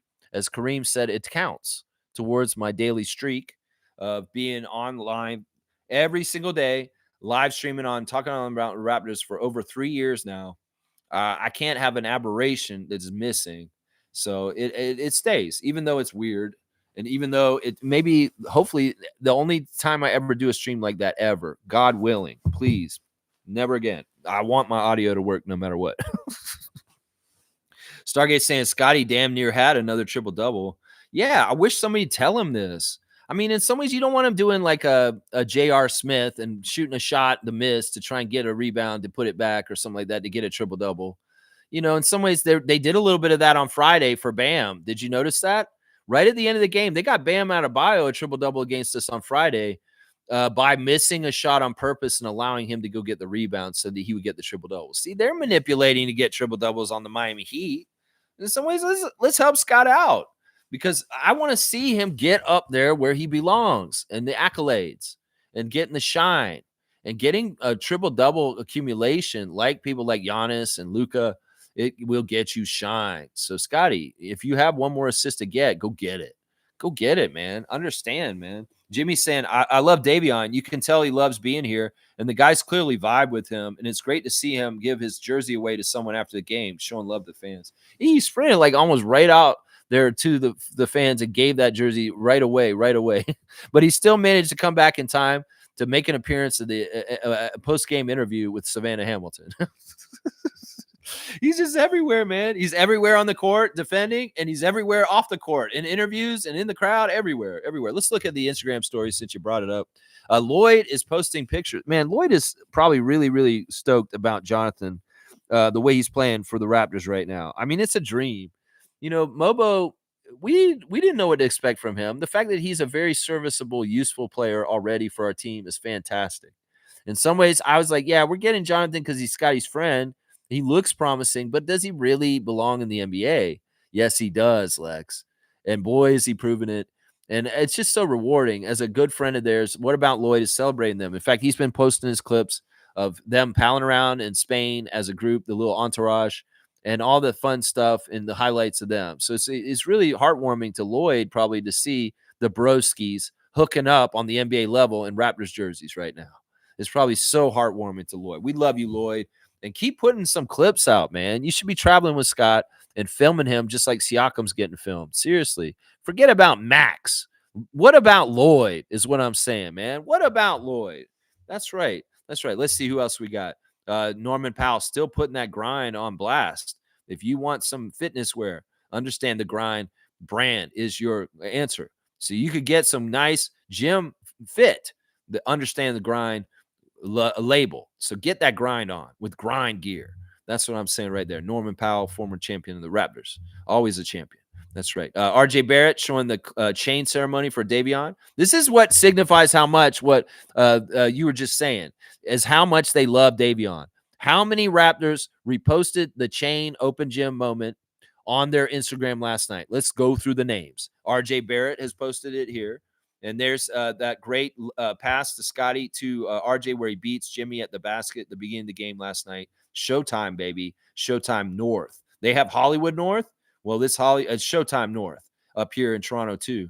Manuel quickly showing his fit coming into the game. And look, he's posted the chain going to Davion Mitchell on his Instagram stories. Scotty Barnes has the score 119 to 116 over the Miami Heat. That's got to feel good to beat that team from South Beach. And there's a clip of RJ hitting the big shot. He knows RJ's money. And there, what is Scotty posted?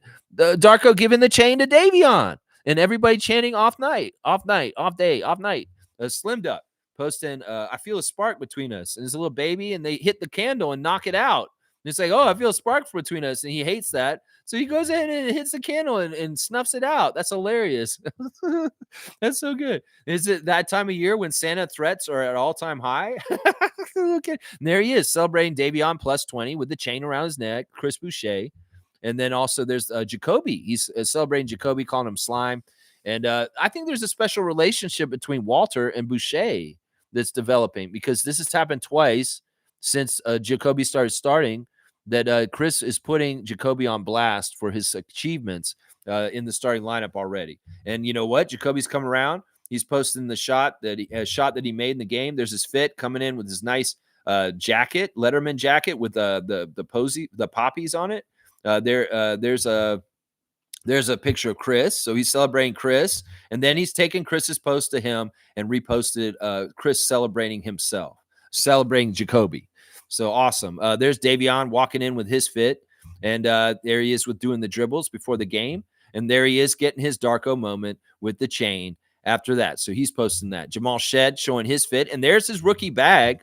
There's been some talk about the rookies not carrying their bags on the road. There's been pictures. and they were getting a little bit of shit from it. The rep vets, I'll bet, because there were times when we'd see them walking in Miami out of the hotel, and we're like, "Where's your little pink Hello Kitty bag?" Jamal Shed and Jacoby Walter and them. Well, they're making sure they're showing them again. Even Ulrich Shamshay showing his rookie bag, walking into places recently. But yeah, there's Shed and his rookie bag. I see that coming in the hallway right there. And let's see, the Raptor is playing some Cardinal official after the Raptors win last night and waving that Raptors flag with a lot of joy. That's right. I love that. There's Jamison Battle celebrating the Minnesota Vikings win over the Arizona Cardinals by 23-22. So Jamison's mind was on football yesterday, and I'm sure King's very happy about that Vikings victory by 1. There's Shamshay with his big pink backpack on his Instagram, walking into the back with a big smile on his face, saying, "Yeah, I've got a goofy pink backpack for a little girl, but I'm so proud and happy to be in the NBA and be a part of all this." There you go. We love you, Prince Shamshay. You go on there. Here's your Instagram stories this morning. It's all about rookie bags and Davion getting the chain. That's right. I love it. I love it. I love to see that. That's right. That's right. Showing the fans. That's right. Showing the fans. Nako saying, I think it's true that Jacoby had a better high school career compared to his college career. Interesting. In some ways, the thing is, these guys don't stay in college for very long, and sometimes the high school career is longer and there's more stuff. But I don't know. The competition is not the same, Gerald. So in some ways, you can't really compare the two levels. In some ways, Jacoby, of course, could be better in high school because the competition and talent he's playing against isn't as good as when he's playing for Baylor. So it's not really good to compare the level ups from, like, in some ways that's why I say stuff in the college doesn't necessarily translate to the NBA because it's a whole different game. And in some ways, the talent level and everything is just so times 10 compared from like being in Baylor, being on the Raptors, and being on high school, going from high school to college, there's a bit of a times 10 there also of intensity and everything ratcheting up. So it's not totally good to compare the two levels like that. Wayne saying, "Morning freaks. This has nothing to do with last night's game, but the character of our games. We're going into the season break as the hottest team in the league with more players getting healthy." So that's what you're saying, that we're going to go in the season. You mean the All-Star break or the in-season tournament break? That's not really a break because we are going to play 2 games in there. And I'd love for the first game to be a home game so that we get really a nice long homestand. Like, it's crazy. The snow just showed up yesterday. I don't know if there's snow downtown, but there's definitely snow out here in the woods. These guys going to be around Toronto while we're getting actual snow right now. In some ways, but maybe they like it. Maybe they think it's pretty. They're staying warm inside and they can look outside and see it. Everything should be fine. But yeah, them being in Toronto for a little while, a couple weeks because of a homestand is really good. It's great because no travel. It's great because they got the friendly confines of the Scotiabank Arena for a few games to really build some momentum and good energy and synergy. And it's great for recouping injuries, and also great for practices that they'll be able to do easier practices at their own facility, OVO, and keep really going. So this could be a really, really prosperous time for the Raptors in multiple ways.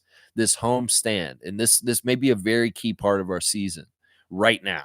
Right now, starting with Miami. In fact, we reel off a bunch of wins in a row, starting with this one last night at home. Yeah, this may be looked at as the fulcrum, the turning point of the season from the very beginning of the first 20 games where we're 5-15, going into 6-15 afterwards and going better and better. I'm all about it. I'm all about it. I love it. I love it. I love it.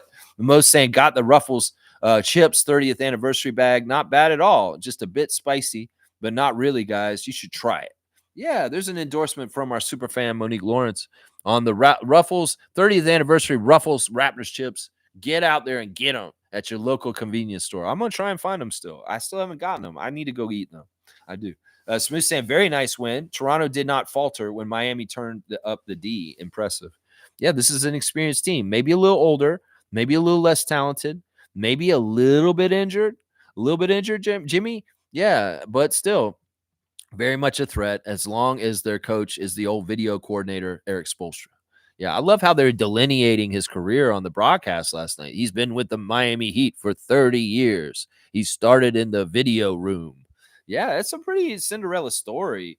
Eric Spoelstra and his career with the Miami Heat, the protege of Pat Riley. And yeah, he's got an amazing resume. How many years have they missed the playoffs with him coaching? Not very many. How many Eastern Conference championships has he got? How many championships has he got? Two. Yeah, this dude has been very successful in his career with the Miami Heat. Very, very, very successful. That's right. Smooth saying the crowd really helped Toronto get the W. Happy to see they were so into the game. I love that too. Our crowd is really a difference. And that's why I don't want a dinner theater crowd. I don't want people showing up on a Sunday at 6 p.m. and acting like they're going to see a movie or a play at the Princess of Wales or something like that. No, don't be polite. Don't be demure. Don't be sheepish. Don't be polite Canadians. Be loud, rowdy sports Canadians. That's what I want from y'all. And the more you evolve into raving lunatics that are willing to lose your voices and get crazy, lose your shirt like Davion did, getting crazy for the Raptors, the more I will love you more and more and say we are getting there more and more like we're Cameron crazies, like a college vibe in our building. They come outside and they chant outside. Paul Pierce can hear them. Our home crowd is a real thing, and it's a badass thing, and it's still evolving. And I have a vision of what I'd like to see the Raptors home crowd energy to evolve into even further. And Keith Pelly may be on the same page with me because he wants to make tickets more affordable for the real fans. They're willing to get down there and get loud, like Steve Ballmer has done for his new building, Intuit Dome. We need to do a similar kind of thing. And I think Keith Pelly's working on it. And we may hear an announcement in January about new special Raptors super fan list where if you're a real one and you have the proof, we'll put you on a lottery and we'll give you free tickets because you're such a diehard supporter of our team. He said this on the 905 broadcast last week, talking about some of the things he has planned as the MLSE CEO, that we're going to see something roll out in January that's going to be new, that we've never, ever had. Maybe not since the Sprite Zone. It could very well be in the same section as the Sprite Zone. I don't know. I say bring us downstairs, Keith. Bring us downstairs. We'll even pay a little bit to go there. I don't want free tickets. I'll come in there and be in your fan section and do everything you want. You want us to stand the whole game? You want us to cheer the whole game? You want us to wear Raptors gear only? I will come and do that, just like Ballmer has made his wall in L.A. If you are trying to mimic anything that Steve Ballmer is doing with his fan section in LA right now, I'm with you. Put me on that list. I'm there. I'm there. I'm there. I love to do that. I'm all about it. That's right. I am all about it. Bryce is here. Bryce Lawson. Finally, Bryce has returned to the Raptor Freak chat. I love you, Bryce. I'm so happy to see my guy in Kentucky is here. That's right. No good stuff for you last night, Tyler Hero. I'm sorry, Kentucky. Let's see. Bryce is saying, good morning, Lex and Raptor Freaks. I've been a little busy lately, so I haven't been able to catch streams, but I've been watching the games. We're learning what it takes to win. I love what I'm seeing from everyone. Good to see you, Bryce. I've been wondering about how you've been, and I have missed you, man. But yeah, life gets busy. You got to go take care of other things. You get priorities. The Raptor Freak family is always here. Got your back. Come on back anytime you want. And yeah, I'm just happy to see you back, man. I love seeing the progress with them already. It's like already good returns on work that we're putting in as far as good things happening, like last night's close win against the Miami Heat. There's got to be something he's doing right, that he's got such good rookies already, and we are turning around and winning games like last night already when we're supposed to be the bottom team in the league like we were 2 weeks ago. We're not anymore. We're not anymore. That's right. I love it. I love it. I love it. Kaz is saying, good morning, Raptor Freak crew. We got the W last night. That's right, Kaz. We got it for Raptor Freaks like you, Trucker Kaz. 10-4, good buddy. That W was secured by Darko and the guys. And I love it. I love it so much. Neil is here. Good to see Blackhawk in the chat. A great Raptor Freak fighting the good fight for us in Zazu spaces. Heat are on their last legs as long as they have Jimmy. They need fresh blood. You sound like a vampire. Mwahaha. Need fresh blood. Mwahaha. No, I agree with this. I think that in some ways the Heat are putting off something that they're going to have to do very soon anyway. And that's a rebuild. That's a rebuild. There's going to be a post Jimmy Butler Miami Heat at some point. Tyler Hero's been jerked around so much with trade talk the last couple of years, but he really has been annoyed by it. There's been stories I've heard where he was miffed about being trade bait And he's like, I want to be here in Miami. Why are you always talking about trading me? So in some ways, he's motivated to do what he does as a player to be better so that he's invaluable and that they can't trade him because he's just so essential to their team. I think he's been successful at that. Seriously, he probably is. Jimmy and Bam are very important, but in some ways, Tyler Hero is the most important Miami Heat player right now because Bam's not as old as everybody thinks he is. He just plays old, like he looks like he's old. He's not that old. Jimmy's old though. Jimmy is old. There's a few teams in the league that are at older age brackets, like the Miami Heat. They're gonna have some tough changes coming up. The Clippers are one of those teams where they're gonna have to restart, and they have to whole new nucleus and everything. I agree with this, Neil. Yeah. Monique saying, what do you think of Davion getting six man, Lex? Just a thought I had. That's not likely at all. Because, first of all, to get six man, you have to be a scorer. You have to be like a 20-point scorer off the bench. That's almost always the case, is that you have to be somebody who's producing scoring numbers consistently off the bench, like Norman Powell was last year, Malik Monk. You think about the guys who have been in the contesting for a six man of the year award in recent years. They're always high scorers that could be starters probably, but they're scorers off the bench as the six man. And Davion just doesn't score points enough to get any recognition in this category. It's just not possible. I don't think it is. I don't think it's possible. Let's see what else y'all are saying this morning. Blackhawks saying Davion deserved it. Yeah. Is Miles Turner's back? I don't know. I'll look at it this afternoon. I'll do my scout on the Pacers, and I'll have all the latest lineup news for you guys at 9:30 in the morning about that Lego maniac named Miles. Miles, he's a Lego maniac. Miles, he's a Lego maniac. It doesn't rhyme like Zach. Zach, he's a Lego maniac. Jack, he's a Lego maniac. Miles, he's a Lego maniac. I don't know. I'll check on Miles Turner, and I'll have the information tomorrow. I'll have it for you, and the refs, all that stuff. You know what I'm going to do. That's right. Cool Cat saying Raptors going to beat the Pacers again tomorrow. Okay. See, now this is our advanced scout for Indiana, is our coach, Cool Cat. She has got a pulse on the Pacers at all times. And so she's saying that, in her educated opinion, the Raptors are going to beat the Pacers tomorrow in the in-season tournament, get our only victory in the NBA Cup this year. I'd like to see this. Hallie is broken. And the coaches are still running the offense through him. I guess they want to try and give him confidence. Wow, if it's broke and it ain't fixed, why ain't you fixing it? All right, this leads me to something I want to talk about from ESPN this morning, because Halliburton is involved in this. There's a new list on here about the top young stars ranked future potential, 25 top young stars. ESPN does this ranking like 2 or 3 times a year, it seems. And, well, I wanted to see where we were in this. And I'm pretty annoyed, honestly. Once again, they're really slighting our guy, Scotty. And they're just wrong, man. I can understand. All right, they got Victor number 1. Victor is a real easy number 1 to put on this list for top most promising top under 25-year-old players. Yeah, that makes sense, Victor being there. Number 2 is Anthony Edwards. I'll give you that one too, because that makes sense too. I'm fine with that. Now, this is where we start to get a little funky. At number 3 on their list, ESPN's put out today, Paulo Banchero is the 3rd best under 25 player. No. No, Tim Bontemps or Marks or Bobby Marks or whoever the fuck wrote this shit. You guys remember, Paulo Banchero is not better than Scotty Barnes. The stats prove this. Scotty is a better all-around player than Paulo. Y'all keep putting this narrative that he is better than Barnes. You're full of shit.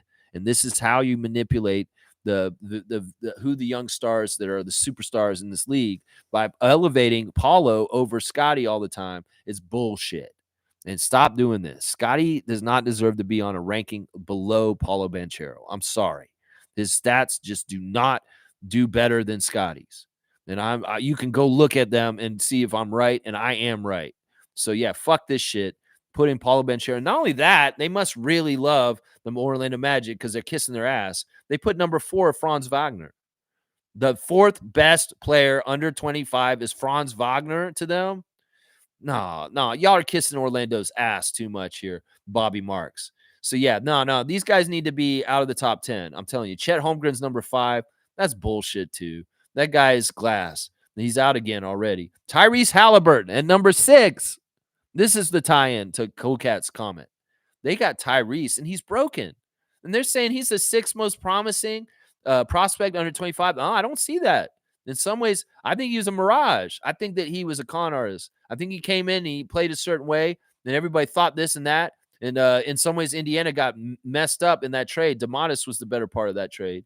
And Sacramento knew, and they're like, yeah, we don't mind getting rid of Halliburton. And Halliburton, in some ways, is a one-dimensional player, and his dimension is not working right now. So in some ways, like Cool Cat saying, he's broken. How the hell is this the 6th best under 25 player in the NBA? Seriously, you could do this to Scott and put him below Tyrese Halliburton, because that's not fair right now. I'll say, okay, sure, maybe Banchero, maybe Wagner and Halliburton have all had more success postseason than Scotty Barnes has with their teams, but statistically, none of these guys have anything on Scotty Barnes as an individuals. I'm selling you. All right, next on the list is Tyrese Maxey, which is a little bit more palatable as far as he's the 7th best. Okay, you put 2 Tyreses in a row. Evan Mobley at 8. Now you're just being little shits. Putting Evan Mobley and Franz and Paulo all above Scotty Barnes. That motherfucker was not Rookie of the Year. Scotty Barnes was. And I'm sorry, man. Evan Mobley at 8, that's bullshit. Jalen Williams of Oklahoma City at number 9. Ahead of Scotty once again. And Scotty is not even in the top 10. They wouldn't give him top 10. They put Alperen Sengun as number 10. Scotty's number 11. Scotty is the 11th best young player under 25. Bullshit. Scotty, this should be bulletin board fodder for you. You need to look at this ESPN ranking, say it's full of shit, and change it. And tell them, yeah, you got this wrong, and I'm going to prove it to you with my output and the things I do on this court. This is what they said about Scotty. Last season was a breakout campaign for Barnes as the 6'8" power forward, or joined Giannis Antetokounmpo. 6'8", that motherfucker's 6'10". Tim Bontemps, you piece of shit. As the only players to average at least 19 points, 8 rebounds, 6 assists, 1 steal, and 1 block per game. Only 2 players do this in the league. Giannis Antetokounmpo and Scotty. And you got him ranked at number 11th? No, you guys are wrong, man. Barnes was rewarded with an all-star berth and a max contract.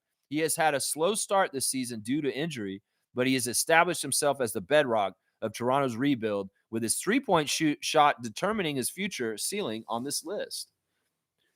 Man, Tim Bontemps, 2-finger salute for you, man. The fact that y'all have 10 young players before him on this list is absolute crap. I'm going to say this right now. Scotty's better than Alperen Sengun. He's better than Jalen Williams. He's better than Evan Mobley. He's better than Tyrese Halliburton. He's better than Chet Holmgren.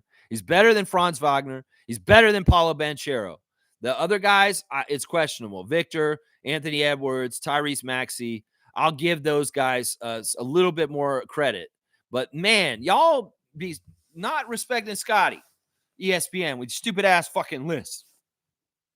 I just talk about it because I want to see how they disrespect us. In some ways, I don't put any weight in any ranking that ESPN, Bleacher Report, or any of the stupid-ass U.S. media outlets do down south. You give us the Canadian a discount and Scotty's 11, well, in my book, he's number 3 then, because y'all are discounting his ass. That's what I'll say about that. Cool Cat, you think we're going to beat the Pacers? All right. I like that. I like that a lot. Seymour saying Pacers going to want to get their lick back after we beat them recently. That's going to be another good one. Get your popcorn. Yeah, we'll have to see if they're going to try and do that. Maybe not. Maybe Rick Carlisle and them are not in the right place, and we're ready to beat them again because we're playing at a high level. Blackhawks saying, so the odds are in our favor? Which odds? Which thing are you talking about? We'll have to find out. Most saying back in the arena tomorrow and so on. Last night was my first night off. You had a night off or a day off? You had a day off? Davion got the chain? That makes sense. That makes sense, Monique. Let's see. You had an off day. On the last night was my first night off ready for the stretch, though. Okay, yeah. So you're going to go to most of these home games coming up. You just didn't get down there for Sunday evening game. Yeah, well, Mo, I mean, you're there almost all the time. I appreciate you for being there. And I'm appreciating that you're going to be there for next Sunday when we go to Westchester Knicks at the 905 Paramount 5 Food Center. Y'all go down there and meet me. No, I'm going to be at the 905 game, and I want to meet Raptor Freaks. We're going to figure out how we're going to meet before the game. Y'all tell me if you're going to be coming, because I want to kind of get an idea of how many people I should expect to be around, and maybe we'll all get our tickets together And hopefully we can get in a section near where Monique is sitting, because I'd like to be sitting with everybody. That'd be awesome. Yeah, bring the cheers, Mo. She will. She gonna bring that good vibe. That's what she does. She brings a good vibe to the arena. Wayne's saying the essence of religion is to be the best person one can be. With that said, our guys aim to accept their gifts of altheism. They're not the only ones with a religious bent, so I think it's all even. In some ways, the Raptors have not been very outward with the religiosity of their players historically. It's right now that we're having a very, very devout group overall.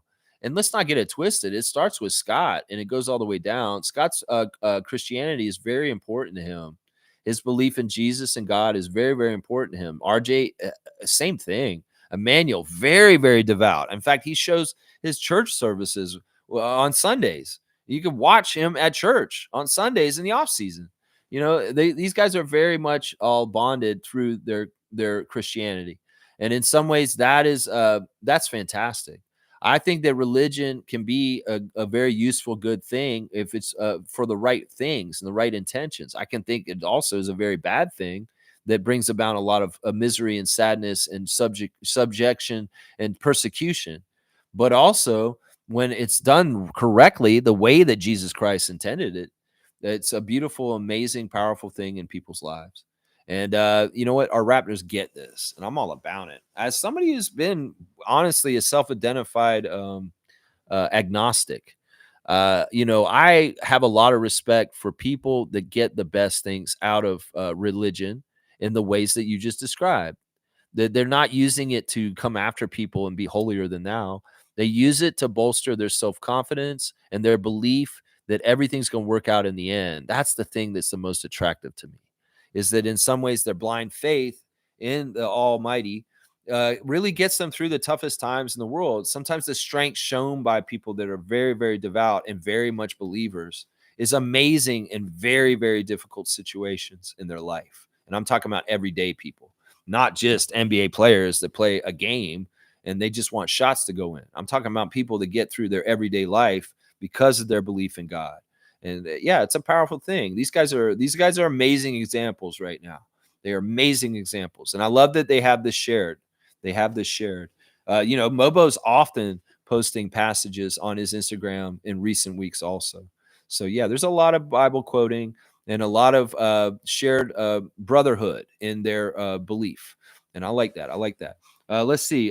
Fiercely saying at Monique in the arena, we're going to get another dub. Monique's in the arena. We're getting another dub. Yeah, let's see. Siakam, come on now. You can come back, say hi to everybody, say hi to the ushers, say hi to the security, say hi to all the Scotiabank Arena staff that you miss, and just be happy and nice. You don't have to be cutthroat. Just come in and say hi and play the game, and hopefully the Raptors win.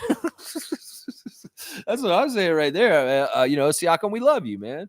We love you. We'll wear your jerseys, and hopefully you'll lose to us. That's what we want. Blackhawks saying Davion had a good behind the back pass to Jakob. Yeah, there was one where he went towards the basket and he dumped it off to Jakob, and it was the perfect play. There's very unselfish passing on our team, and getting the highest quality, high percentage shot because of the extra pass. And Davion could have easily tried to force the layup in that instance, but he had a money make it for sure shot by dumping it to Jakob, who was right there, and he just put it in the basket. Jakob is a safety valve. At any time you get Jakob the ball, he can try and manage to get a basket for us with some sort of something. He's been doing that the whole season right now. It's been really, really good. Smooth saying Indiana's going through it right now. It could be another W tomorrow. There you go. I like this. Y'all are giving me the early scout, and that sounds good. That sounds really, really good, what you're saying. What y'all laying down, I'm picking up. I'm picking it up. All right, let's keep going. Oh, yeah, there's a lot of – I've got to go ahead and finish up the chat. I'm at 20 minutes over. I'll go 3 hours at the most, but that's it. We won't go over that.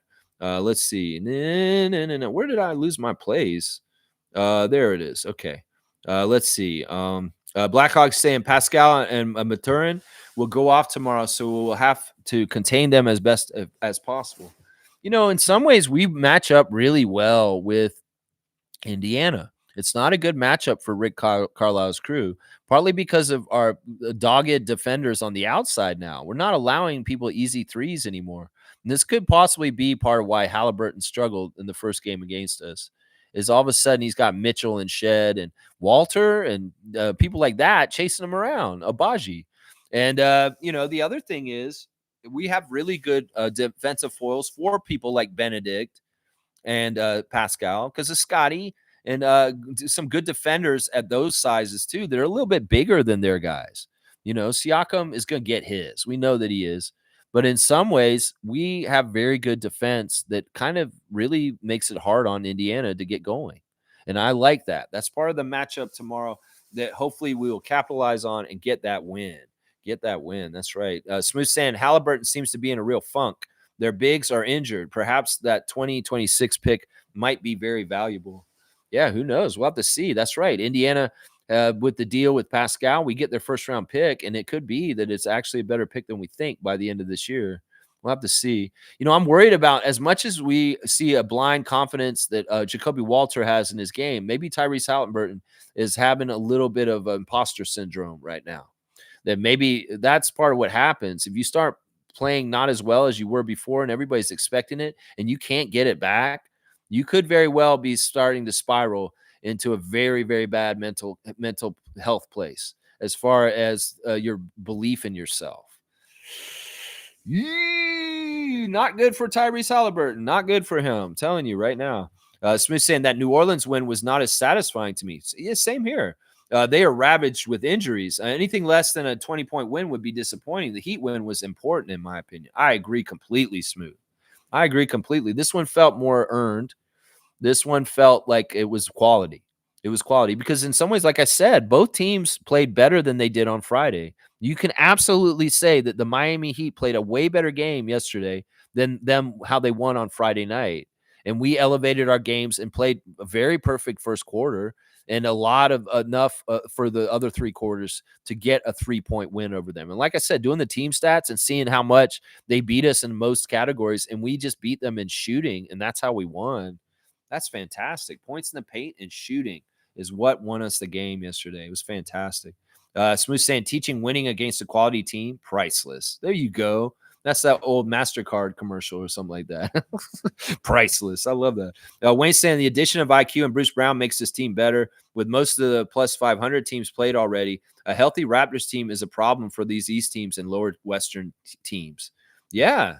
And like I said, the graphic went up yesterday. They're showing how much of our three-point shooting is sitting on the bench in street clothes right now between Emmanuel Grady, Kelly Olynyk, and even Bruce Brown on the down low is a good three-point shooter too.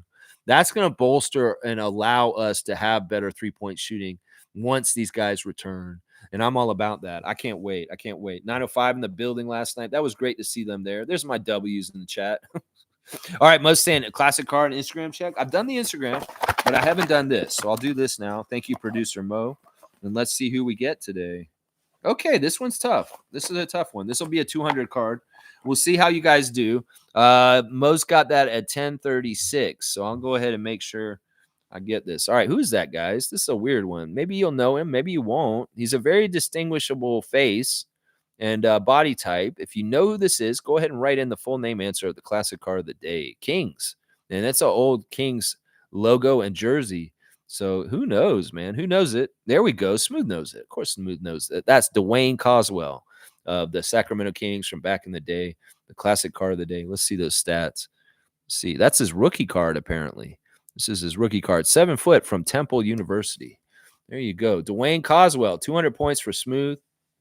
You spelled it wrong. You said Casewell. Yeah, that's all right.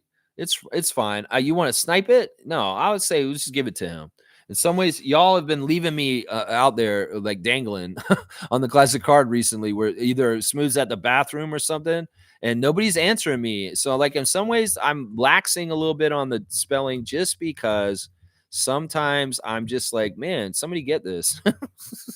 All right, Smooth has gotten 2 days in a row now with Victor Alexander and Dwayne Coswell, the classic card of the day. Good job, Smooth. Good job. All right, let me get through the rest of this chat. We got a bit more to go, and then we'll be done. Oh, wow. There is like quite a lot more. I don't mind talking Raptors after a good win last night. Carlos here. Morning, Lex and fellow freaks. I was screaming at my TV when Scotty had so many lapses in the fourth. It looked like RJ got him to focus again. Yes. Yes, you were mad at the same time I was. I was starting to get mad at Scotty too, because it looked like he was asleep at the wheel and he wasn't doing the things that he normally would do. It actually looked like he was kind of trying to throw the game for a second.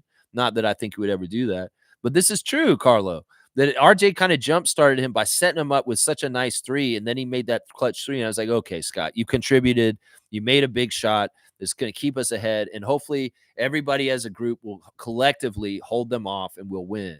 But yeah, I was a little mad at him at that point. In fact, if we had lost the game, I was going to point to him having bad energy at the beginning of this fourth quarter as being one of the reasons why we lost. But thank God we won, and I don't have to say that about him. That's right. Wayne saying Scotty is still a kid. RJ and Jakob are natural leaders of this team. I worry about Scotty's mental acuity is my only concern. This is not Scotty's fault either. You can't help being young. You know, Scotty actually had a change from the last game to this game that I noticed.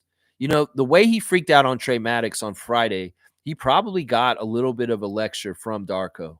If Darko's being absolutely open and honest with him and really teaching him, and he can say whatever he wants to Scotty, as far as a mentor and a teacher, he probably told him a bit about what happened and how that can't happen like that anymore.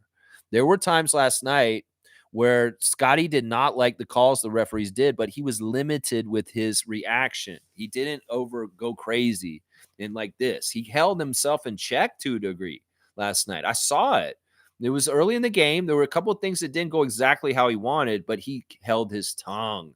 So there's some progress and growth here, even in the last two games that I just saw.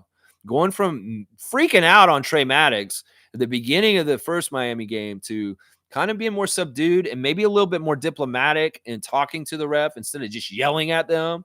This is a progress right here in what we're talking about with Wayne right here. He's still a kid. And in some ways, maturity is part of the journey for him. As part of it. Yeah. Most saying 905 season of giving video. Yeah. Really awesome to see them in the grocery store getting the items. Tyler Perry and the rest of the Raptors 905 out there shopping for season of giving. Remember, y'all, if you're coming to the game with us on Sunday, try and bring some sort of item to give. They're actually doing a drive for food, toiletries, and toys all at the same time. So any of those kind of items are useful to the 905 season of giving when we go down to Paramount Fine Food Center on Sunday.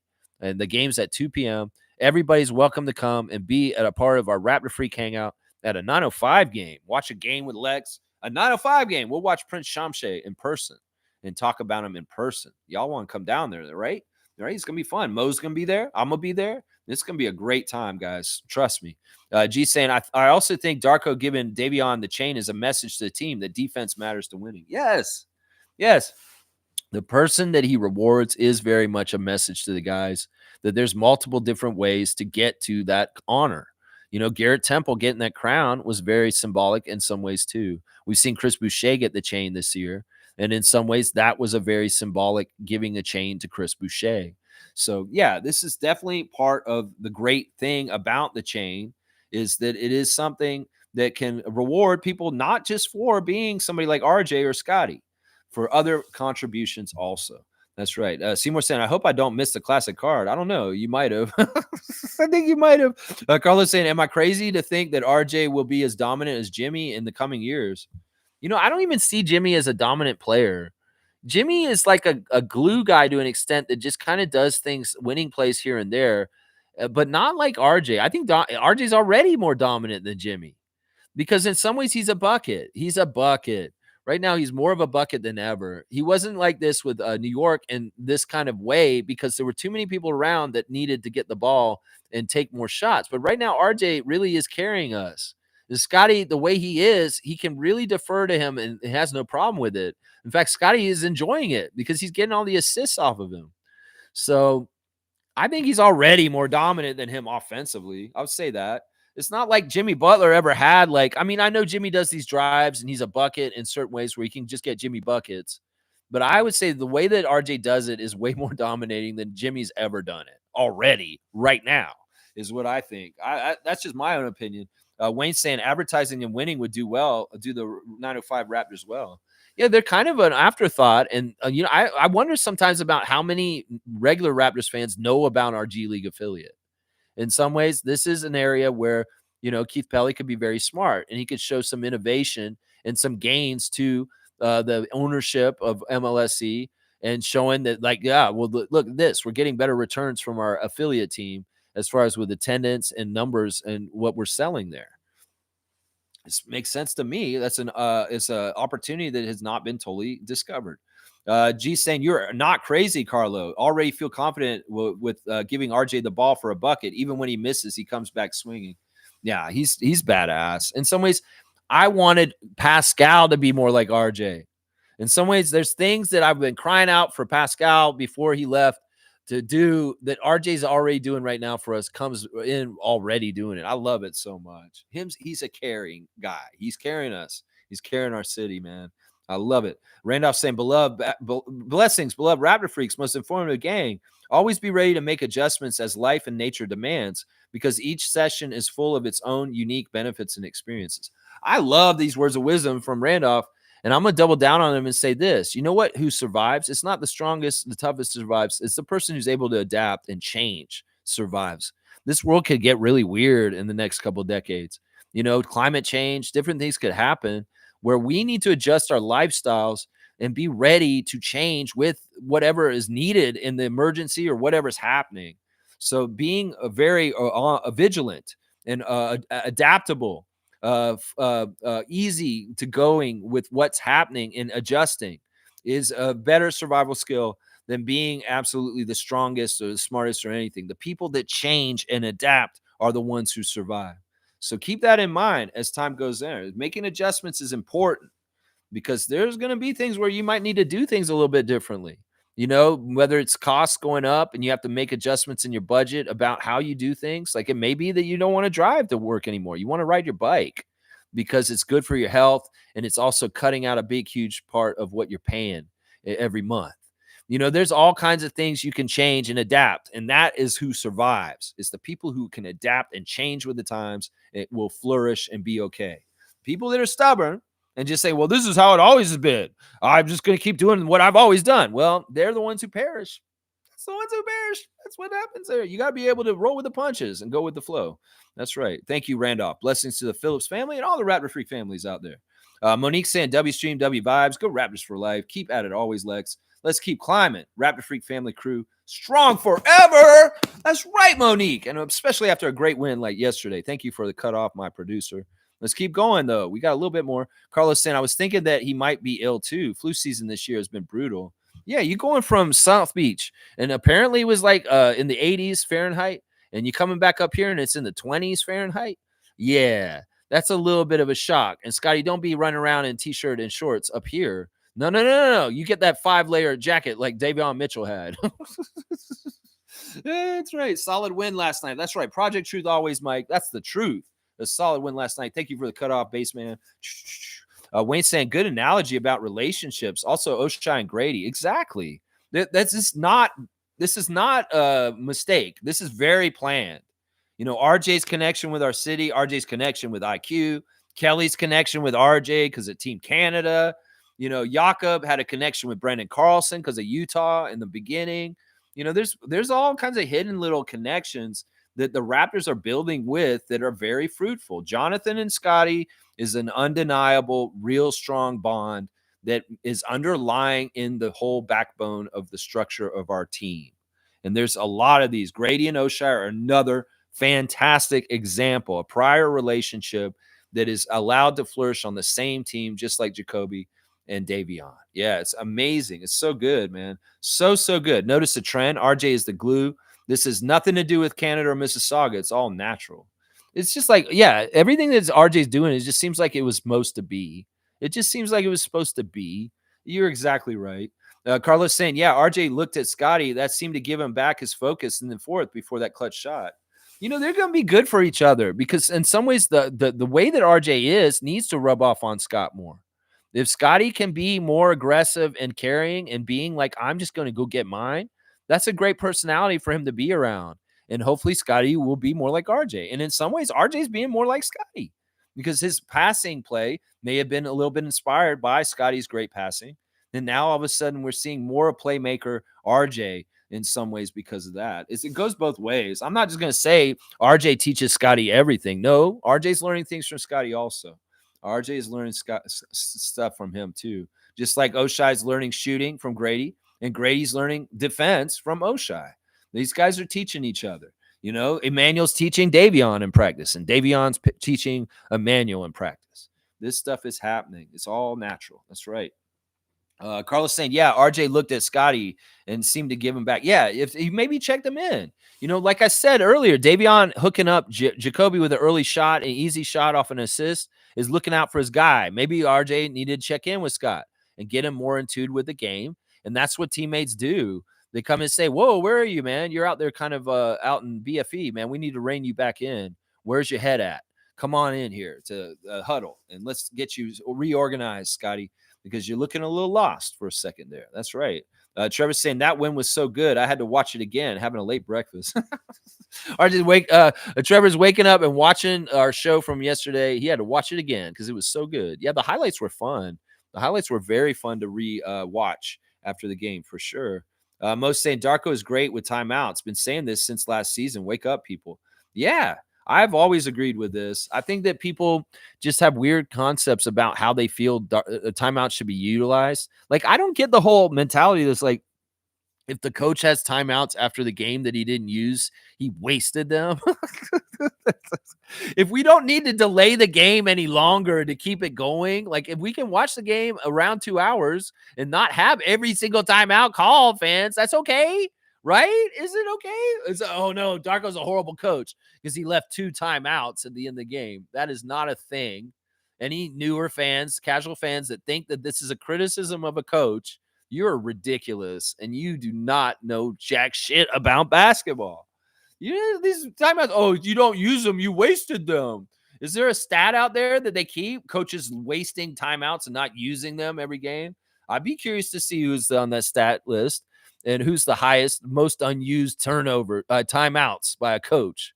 In some ways, it won't matter. You'll see it. You'll be like, wait, Spoelstra's at the top of this list. Oh, wait a second. I don't know.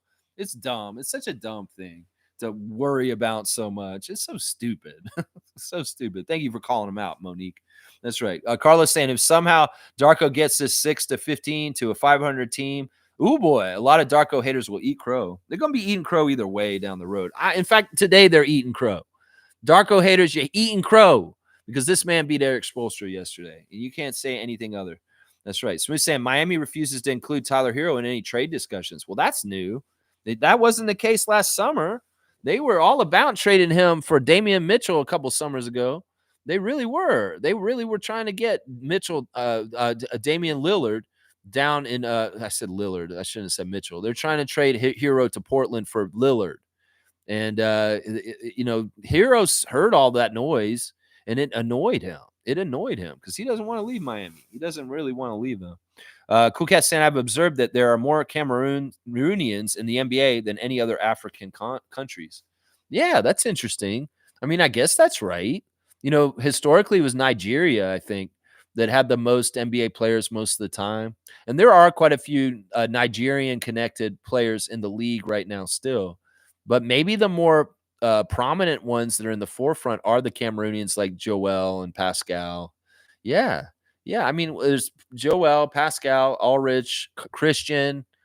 I'm trying to think who else is from Cameroon. There's at least 4 of them. I might be able to find more Nigerian players, though, if I really look deeply. Who knows, though? I don't know. Cool Cat saying, Lex, Raptors as an organization don't help make records. So many times Pascal was just one short of a triple-double, and no one in the team would ensure he gets it. Now the same issue with Scotty. Yeah, I don't know who that's up to. The player could keep track of their own stats themselves. I don't know who that's up to. This is true. Siakam was another guy who left a whole bunch of triple doubles on the table. And that kind of bugged me, honestly. I kind of wanted him to do the game within the game. And that means going to get them triple doubles when they're right in front of him, like the one Scott had last night. Let's see. Mike saying the Heat's traded picks has their pipeline dry. The Heat don't pay the undrafted guys after they break out, Gabe Vincent, etc. Yeah, this is the pattern with them. And, well, in some ways, they're on their way to a total rebuild if they keep going like this. I mean, in some ways, it may be the new structure. It's just how it is. People are going to have to just go through the natural life cycles of team cycles of, like, cohorts. and there's no like replenishing the stream every time. You got to go through the growth, and then you got to cut the crops, and then you got to reseed and start again.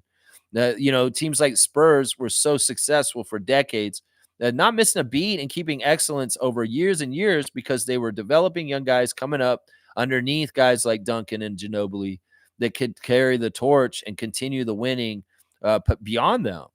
But I don't think that the new NBA is going to allow for this to an extent. You're going to have a lot of luck with players like Battle and Mobo drafting and getting players like that to be able to do it now at this point. Yeah, that's the way I look at it. Kaz saying they keep rating Paulo higher than Scotty because he was in the playoffs last year. That's the only reason. And there's other stuff like Team USA stuff that's annoying with that.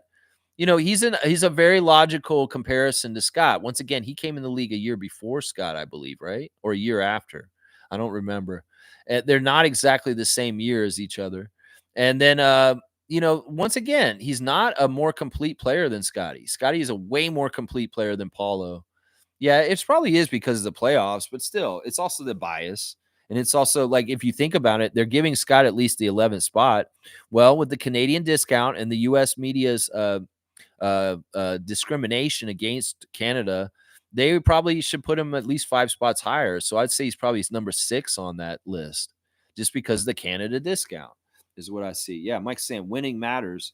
Winning matters, yeah, but in some ways we're going to change that. If we're talking about individual promise, because that's what the list is. It's not about how good their teams are. It's not about their teams. It's about the individual player. The list is called the top 25 young, most promising future stars in this league. And they're slighting him by putting him at 11. In some ways, they're not gauging success or wins and team stuff. They're looking at the individual player and their promise and their potential. And that's where I have a problem with it right there. Wayne's saying lexicon. All right. He called me lexicon. I like that. When has ESPN or sports media ever given the Raptors a fair shake? Please ignore it. It's better to talk about the renovation of Scotiabank Arena or Milbester yapping about baseball. Ignore it. I only do it because in some ways that segment that I do is like bulletin board fodder. And in some ways I want to call out the unfairness in the US media towards the Toronto Raptors franchise. And it's not that I'm angry, it's just that I want everybody to understand it and kind of call it out, and also to kind of give the counterpoint from my view of it and where I see it all. And that's all I really do it. And it's only when they mention our guys. I'm not looking at most of the stuff that they do on their site, other than when they mention the Toronto Raptors or any of their players. Then I'll look at it. Kenny's here. We'll beat the Pacers. There you go. Original Raptor freak Kenny is jumping in here real quick. He's been here with me for 3 years watching my channel. And I appreciate you, Kenny. And I believe what you're saying is true, too. Chris comes saying, all right, not one to brag, but including the game, last game, I hit on all my predictions except the last L versus the Pistons, which we should have won. Going to be tough tonight, winning 2 in a row versus Indiana. We're not playing tonight, though. It's not a back-to-back. The game is tomorrow. So we have a day of rest today. But, yeah, you have been on point, Chriscom, and I'm going to give you a dunk for it because your predictions have been pretty damn good recently. You are exactly right. You know what? I'm going to give both you guys a dunk. I'm going to give Chriscom a dunk. 27, and I'm going to give Kenny a dunk, too, just for a long time being around here. Kenny, you got the Bruce Brown 11, man. You got the Bruce Brown 11. Love seeing you guys here. Let's see. Smooth saying, in reference to Juan Soto, there's belief among MLB insiders that the Blue Jays will come in with the highest offer and Soto has no need to inflate the market. Interesting. Meaning if the Jays are among the final bidders, Soto has legitimate interest. Well, once again, baseball is not my expertise. I do know this is one of the biggest names in baseball today, and that it would be a coup if the Blue Jays could land him somehow, some way this offseason. So I'm rooting for my team from Toronto. And yeah, anything is good for the Blue Jays, I'm all for it. And Juan Soto, come on down to the Rogers Center and hit some home runs for us. Come on now. That's right. Serious cutoff. That's why Monique's saying it right there. There's a Dwayne Coswell, spelled it wrong. Smooth snipe. Smooth Brown man, undefeated. That's right. Now, Mike's saying, I love how RJ is starting to use Darko terms. Last night, he kept saying with force, and understanding that concept is interesting. Giannis, Kawhi, Braun, all go to the basket with force. So does RJ. So does Scotty. That's right. Mike's saying that spin move was nasty last night. Yeah, RJ had a nice spin move. He's really, really slinky and good at evading defenders to get to the rim. And I love it. I love watching it. It's so exciting to watch. Fiercely saying that was amazing footwork Magnifico, RJ. That's right. Dame Mitchell. Is he new? I misspoke. I guess because we have so many Mitchells around right now because of Davion and Donovan that I said Damian Mitchell when I meant, you know what I meant, Damian Lillard. They're going to trade Tyler Hero for Damian Lillard. You know what I mean, Mike. How many words come out of my mouth every single stream? And how often do I actually misspeak? Misspeak. How often do I misspeak?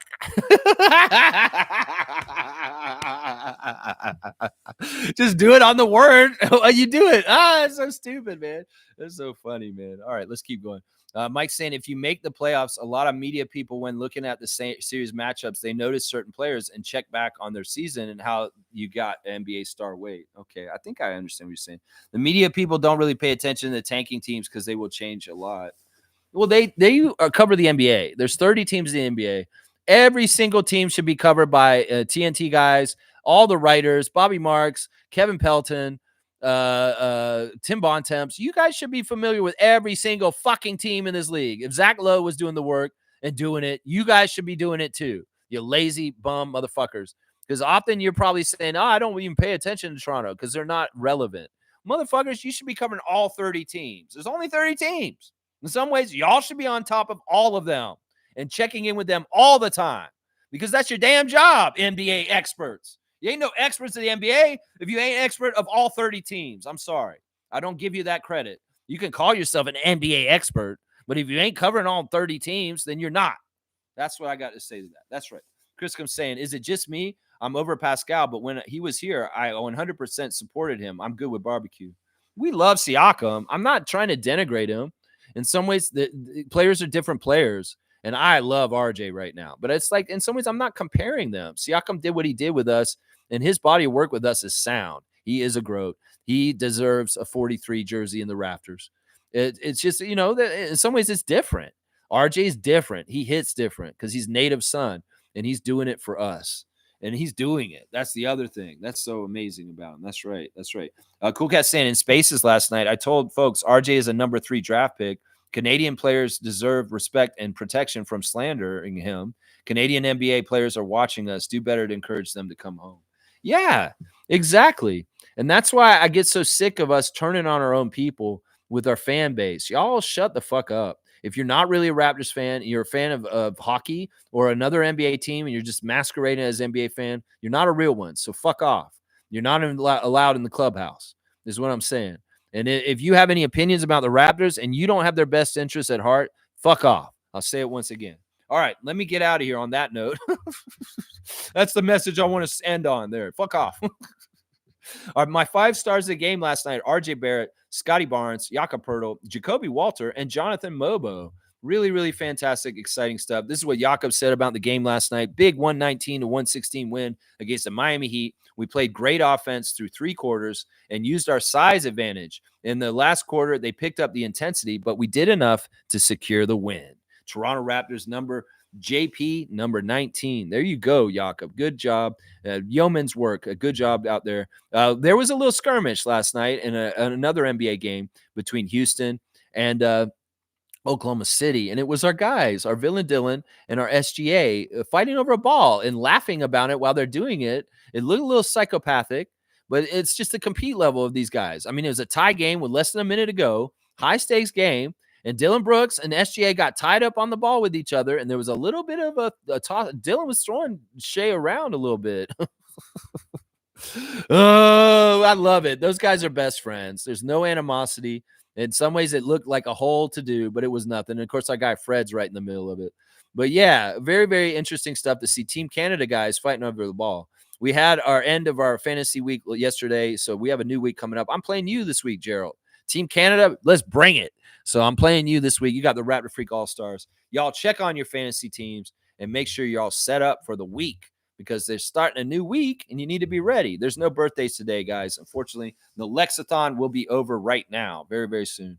Mike's saying the media people do track certain prospects, but the team moves when rebuilding is more local coverage, national. Nah, fuck this. That's a cop-out, Mike. Nah, I grew up in the NBA where everybody covered everything if they were NBA commentators. If you're a team guy like Blake Murphy and you cover the Raptors, you keep most of your focus on the Raptors. I understand that. But if you're national coverage, You're doing NBA TV, you're on TNT, you're on ESPN. Your job is to cover the whole NBA. You should be up on everybody. And I don't give a shit what your excuse you're trying to give them right now. Fuck that shit. All right, y'all. Thanks for watching me. Please like, comment, subscribe, share, and join if you want to. Membership has its privileges like access to our in-game chat on Facebook. During the game, you can hear moment by moment comments by me and the other Raptor freaks like Superfan Monique about what's going on in the game. So that is a pretty good perk. Live commenting during the game with insight during the game. That's what you get if you join the channel. So please consider it. And y'all think about coming to the 905 game this Sunday with all of us. We're going to be out there watching them play the Westchester Knicks. And I'd love to see more new faces from the Raptor Freak family. If you never ever talk in the channel, you just watch me later, you're more than welcome to come down there and just say, hey, Raptor Freak, I watched your channel. I wanted to come to the game and watch it with y'all. So I want to see a good turnout. Then y'all let me know if you're coming. Seriously. Yeah. Yeah. Mike, it's just the way it is. No, it doesn't have to be that. These are lazy fuckers that aren't doing their job completely. That's what I say. I call that the Shaquille O'Neal to his face. The fact that you don't know, Charles Barkley, you don't know where Garrett Temple's playing right now, you lazy fucker. That's your job, bro. You need to know everything about the NBA because you're supposed to talk about it in a knowledgeable way. Yeah, I know you played, but y'all need to be covering the NBA fully, and that's all 38. Don't make excuses for laziness, Mike. All right, let's get out of here. Let's go, Raptors. Got that big W in the chat. Yeah. Let's get the next one. Siakam, you're up next, motherfucker. Let's go. No, he's not a motherfucker. I love Siakam. He's an amazing person. I shouldn't have said that. I apologize, Siakam. You're not that. You're not that. In fact, we saw your mom last week at Thanksgiving. She's a beautiful, sweet, nice lady. I shouldn't have said that. I apologize. All right, let's go, Raptors.